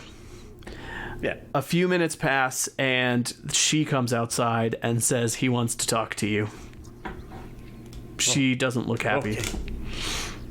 I will go and talk to him then. Wait for me here. Close the door. And I go inside. All right. Yeah. He says, Ralgar. To be honest, I'm a bit disturbed by what I've witnessed today. This girl is filled with magic and if not of the best variety. I am a master sigillist, and I could place the girl into a magical stasis. You know, the people of this town do not age as quickly as others. That is the reason that I have come here to do my research. I have been here for 149 years. Whoa, my tail wags. I've aged maybe 10, 20 years in that time, as near as I can tell. Now, I could place the girl into stasis, put runes of warding around her, so that she is protected and asleep, and she will not age. But I do not know how to contain her magic, and I fear that wherever she goes, she might be a threat to those around her. Perhaps until we could find a cure. But I tell you this, she will not submit willingly, and she would not be happy about it. Nor would I expect her to be. Let me ask you this. Is there a way to remove the magic from her? I do not know of a way, and I worry that it will remove itself from her in dramatic fashion before we can find out. That is why I think it would be wise to contain her. I could set up a small ritual in an isolated room. She would be protected. She would be asleep. She would not even know what was happening. How would we get her in there? We tell her a story. We tell her that we're going to remove the magic from her, perhaps. Okay. I fear that the magic that is in her is the dark sorcery of Chermog. Demon magic. Yes, we saw her do all kinds of things with blood, but it was not blood magic. I know of blood magic. It was not that. Oh, we must do this. You wish to do this? You must find a way. You must find a way to remove the magic from her. I do not care how long it takes. I do not have many years left. I am an old wolf. But you have as many years as you need. I would need materials for the ritual. I'm afraid it would cost 10 silvers for everything I need. And that would fund both the reagents necessary for the ritual, the space in my tower, and the maintenance of the girl's life for, say, 5 years. Okay, it was very nice talking to you. I have to leave now. Bye. Bye. And you just go. All right, Lynn's like... I open the door. I close that door. I say, Lynn, that man was a con artist. He is going on our list, and we will return and kill him one day. Let's go back to the group. Can we kill him now? Oh, I do not have the things I need. I need my friends to help me kill someone as strong as him. All right. I mean, if you want to try to knock down his tower with your magic, I'll go away. I just don't want to be close. You might hurt both of us. You headed to the tavern. Yeah, we're headed to the Grunralk joined the tavern with group that first. I'm walking up. Lynn and I are having a little laugh about collapsing his tower on him. You know, we're bonding a little in our evil. Sounds good. Grunralk, you joined the tavern crew after they had talked to the barkeep for a few minutes. As me and Velas pass each other, I'm gonna like punch her on the leg real quick and then run into the tavern. Like a little light tap. Was Velas leaving? Did she have somewhere she was going? Where were you going? I'm gonna go talk to The innkeeper's dad. Or no, Atherin. Ah, the grandfather. Right. Is anyone going with you, or are you going solo? She's gone. I didn't go with her. All right. I don't know anything about it. All right. Just walked in when she was leaving. So You go and talk to him. You go to the house of this old man. Knock, knock. Old man answers. He has silver hair slicked back. He looks like he's in his 60s, but this is some grown adult's grandfather. He says, "Hello. What can I help you Hello? with?" Are you Atherin? I am. Well, I just talked to your grandson in the bar, and he told me that you knew were alive somehow during the time before the Blood Mist fell. I do remember that a bit, yes. I was a young man during the Alder Wars. Old enough to fight, though I did not. Fortunately. That is incredible. I Draft dodger. was not alive that long ago, unfortunately. I was wondering if I could come in and talk to you about Alderland. Come in. He welcomes you inside. He has soup cooking on a pot. His house is a little better kept than some of the others. He has many books on shelves, shoved up in the corners. He looks to be a bit of a scholar. And he has collections of herbs. His whole house smells like fragrant herbs. He has many jars of honey all over the place. Cool. I was just hoping you could tell me about Alderland and maybe a way to get there. Tell me about it before the divide. I was hoping to go. I don't really have much. You wish to visit Alderland, a full-blooded elf. Yeah, I would like to. Well, Alderland is the homeland of many of the humans of this land. I can tell you that in ancient times, thousands of years ago, humans arrived from over the sea to the east, and the Raven God granted them the southern portion of the lands of this continent, and raised a great mountain range to separate them from the elves and the dwarves, who were here first. And the region to the south of the Great Divide was called Alderland, and the region to the north, the Ravenlands. Named after the Raven God who guided the humans here. My ancestors are descendants of those original settlers. Some humans remained in the Ravenlands, and some elves remained in the Alderlands to the south. A few kept as hostages in case any war should break out, to dissuade the two from trying to cross the mountain range and fight with each other. But in time, these populations amalgamated together, and the descendants of the elves and humans in the north, those half-elven, became known as Elvenspring, and the half-elven offspring of the elven hostages who lived to the south of the divide became known as Frailers, a derogatory name given given to them by the humans because of their frailer statures and pale complexions. Whoa. But the kings of Alderland, from time to time, crossed over the divide. And some followers of, there were religious wars in Alderland to the south of the mountains, and some sects, such as the followers of the Raven and the followers of Worm, were driven out from Alderland and fled into the Ravenlands.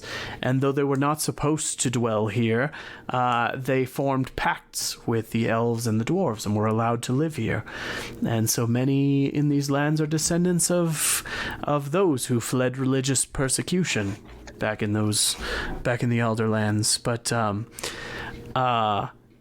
the Alder Wars were the last attempt of the humans of Alderland to lay claim to portions of this land, but they were all defeated by the demon hordes released by Zygofer the Whisperer, who was a descendant of... He was a frailer. He was a descendant of elves and humans from Alderland.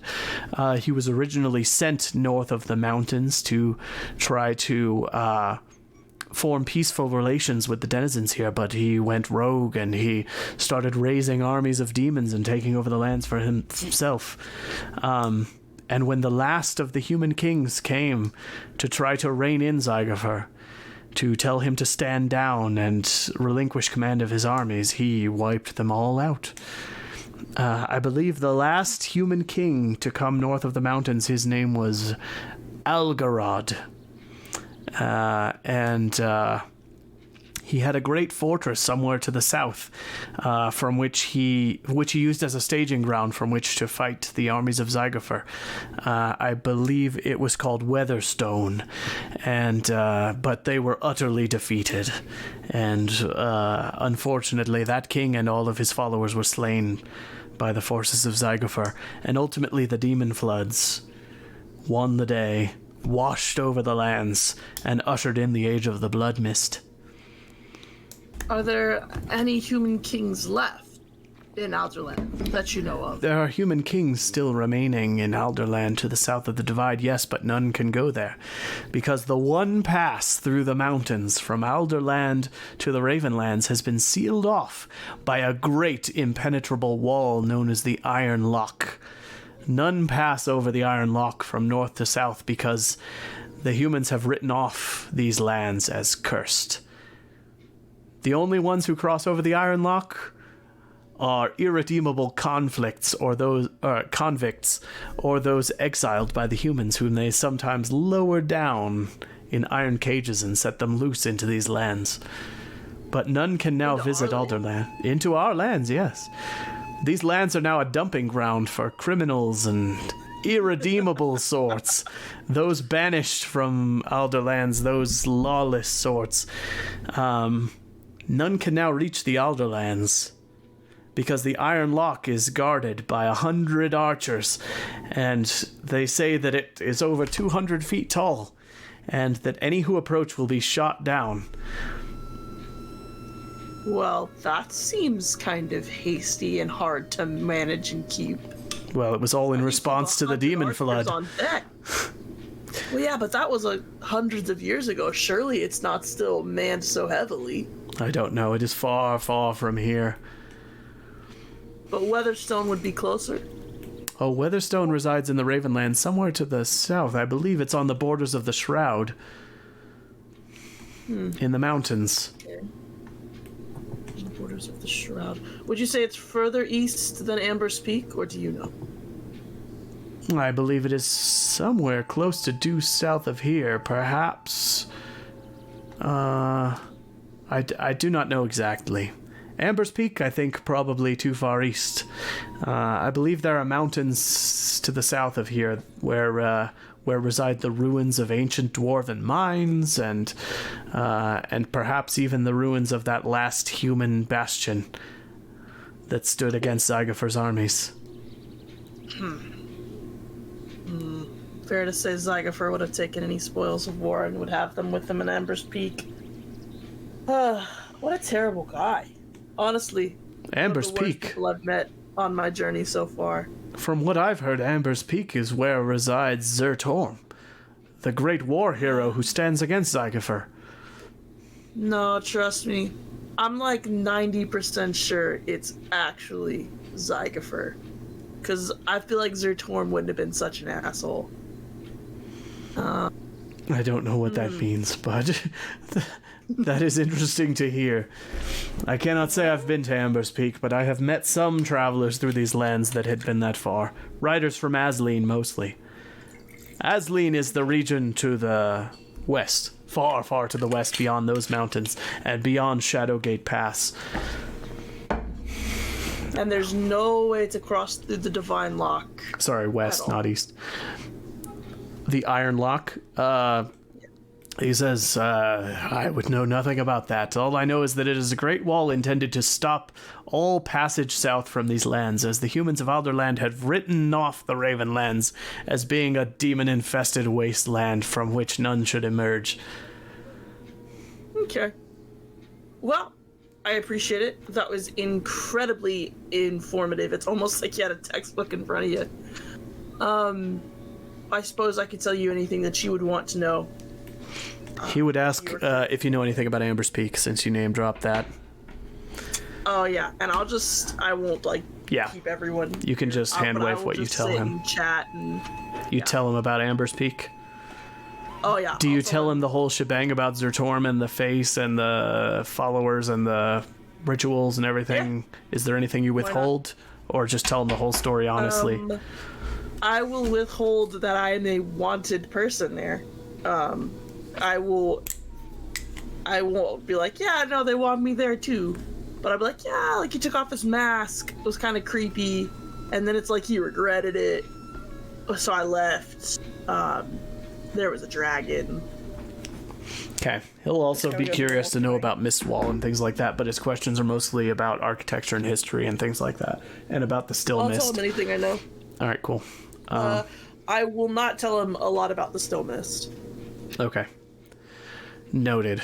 That in my pocket. I don't know how much people outside of Mistwall know about the Still Mist, so I'll keep that relatively quiet. I'm going to jump back to the tavern for 5 minutes, and then we're going to wrap. So, meanwhile at the tavern, everybody's gathered outside the tavern or inside the tavern. How do we wrap this quarter day? I just want to give a last opportunity for people to exchange conversation, declare anything else they want to do during this quarter day, before we sort of wrap things down, because a couple of you were in the tavern talking, a couple of you had just walked in. We'll say Grunrock, Ralgar, Vergello. I have nothing. I would ask how much a room cost at this inn. Okay, it's standard. I'll look it up. Ralgar, and do you want to share anything with the group after you rejoin with them while I'm looking up the inn cost? Yeah, I want to share what happened. So I want you to know that, let's see here. Okay, here we go. Ralgar. The sigilist, he wanted, and I point at Lynn, and I go, you know what he wanted. And I look back to you and go, he wanted to put Lynn to sleep for a long, long time. And I said, no, we're not doing that. I don't think he was a very nice man, but he also told me that the people in this village, they can live forever. And I might know something about that I need to share with everybody. Do we all want to rejoin at a table in the tavern for him to share this? I think we should reconvene in the morning and call it a night. That's fine. Okay. Yeah, 'cause I'm not there, and I'm gonna be gone probably for a long time. Like swapping information with his grandpa. All right. I want to buy a mug of mead for Dahlia. You got 4 copper? Not anymore. Oh yeah, this place has amazing mead, which is honeyed wine, in case you don't know. So, yeah, this place has some wicked good mead. Everything they have... 4 copper to buy a drink for Dahlia. Everything booze-wise that they have is very, very sweet because they have spiked everything with honey. Let's see. Lodging at an inn in a private room is 5 copper. In a dormitory shared with everybody else is 2 copper. I spend 2 copper for a dormitory. Okay. Who else is going to... Anybody else who's going to sleep in the inn at night, spend your 2 copper. I'm going to go curl up in an alley behind the inn. You're gonna camp out outside? Tell Lynn to come with me. Yeah. I will eventually reconvene and go camp with Ralgar and Lynn. All right.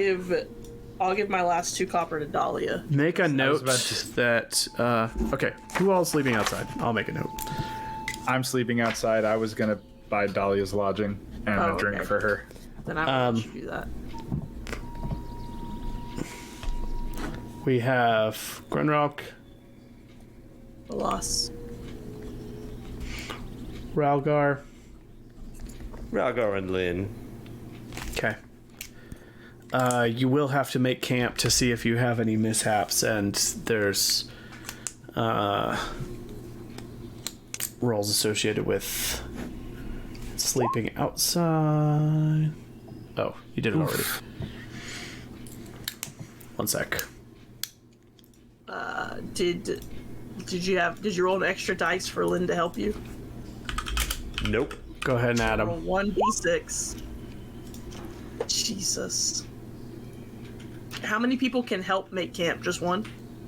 Yeah, I think we determined just one. Okay. Here's what happens. It's uncomfortable to sleep, and you're all tired the next day. You sleep in the streets. Yeah. You're all going to be tired the next day. There are bees buzzing around you, even at night.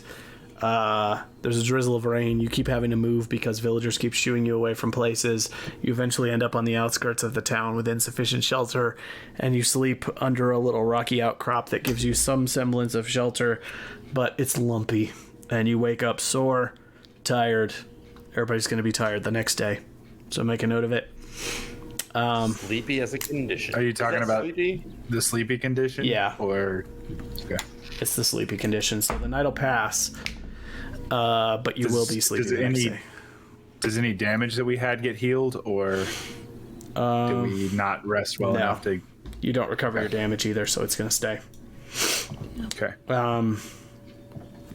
You're sleeping on the streets and having a rough time of it, and so all of you are going to wake up tired the next day.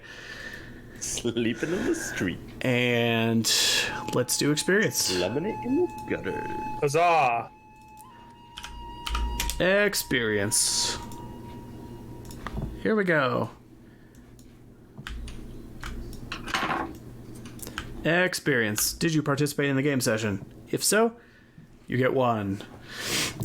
Did you travel through at least one hex you had not visited before on the game map? If so, 1. Did you discover a new adventure site? This village counts. So that's 1. Hey! Did you defeat one or more monsters? No. Orcs do not count. Monsters are a specific thing. Did you find a treasure worth a gold or more? No. I don't know what my glove is. How much are the gloves? They were like rare. The gloves are worth 3d6 silver. Why don't you go ahead and roll it and we'll see if it counts. If so, only Bill. Or... Only Bill? Nah, I'll give it to everybody. But go ahead and roll it.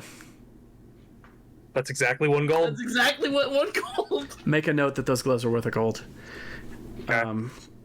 And did you build a function on your stronghold? No. Did you activate your pride? No. Suffer from your dark secret, Bill? Yes. Velas? Yes. Hey. Ralgar? No. Grunrock? No. Did you risk your life for another PC? Love to know what he's Bill tried to contemplating. grapple that guy. But That was really more life let him risking. go. Yeah. Everybody was He cornered. was about to run away. Everybody was cornered and fighting. I don't think anybody did anything particularly like risk my life for for another person. There was a combat, but I don't think I'm going to give out an XP for this decision. I rolled a 65 out of 66 on a magic mission. Extraordinary action. I think Grudrock. 5 out of 66. I say Grudrock jumping down on top of the guy running away. That to me, that was just awesome. That was pretty cool. Pretty good action. One to Grunrock. And we'll call it there. Thank you all for watching. We're going to wrap here. We normally play every other Wednesday, which would put it at the 14th. However, that might be shaken up here because I believe, Aimee, you had something coming up. Yes, Hank and I are going to get married on June 10th, and we'll be on our honeymoon. Well, that's just inconvenient. Wait, How selfish. How Veloz selfish. and Grunrock are getting married? No. Disgusting. Disgusting. Yeah, I'm wearing the dress. All those little goblin elf babies. So when do you get back to normal life? We get back in town on the 19th. Back at hometown on the 19th. And we might be switching to a Monday. It might be a few weeks before we play again. I'm going to post as a comment to this video on YouTube and as just a community post when we're going to be playing next. So there will be posts on the YouTube. Watch out for this recording to get posted on YouTube, and it will have chat says congratulations. Thank you, chat. Thank you. We will oh, sweet. Oh, nice. You're the guy that made the sheets for Roll20? Yeah, I actually really like the sheet. Well, thank you for your hard work. You are a Thank you, sir. scholar and an asset to the community. You made it possible for us to do this, so thank you. Yeah. Seriously. Yeah. And now we know who to harass if we have any issues. Congratulations. You signed yourself up. We'll remember. Thank you, Sefner. And also, No, that's great. Thank you. So thanks everybody for watching. We'll post when we're going to play next because we might have some delays before our next session. It might be 3 or 4 weeks instead of 2. Also, just general announcements. This isn't set in stone yet, but I've been in touch with Craig Shipman from Third Floor Wars, who also have a much bigger than ours Forbidden Lands campaign that they do on YouTube, and they have a big Twitch following. I've been in touch with him, and we're going to do some crossover stuff. So I think I'm going to go on his podcast at some point to talk about Forbidden Lands DMing, and he's maybe going to come DM some stuff for our group. So we're going to be doing some crossover stuff with them at some point. So if anybody follows them, just know that that's coming, and if you don't, go follow them. They have a really good channel. I was following their stuff before we even started this whole thing, so check them out if you haven't. They have a lot of awesome content. They do Forbidden Lands, Blades in the Dark, lots of other stuff, so check them out. They have a really good channel. And thank you everybody for watching, and have a good night. Night. Good night. thanks for coming.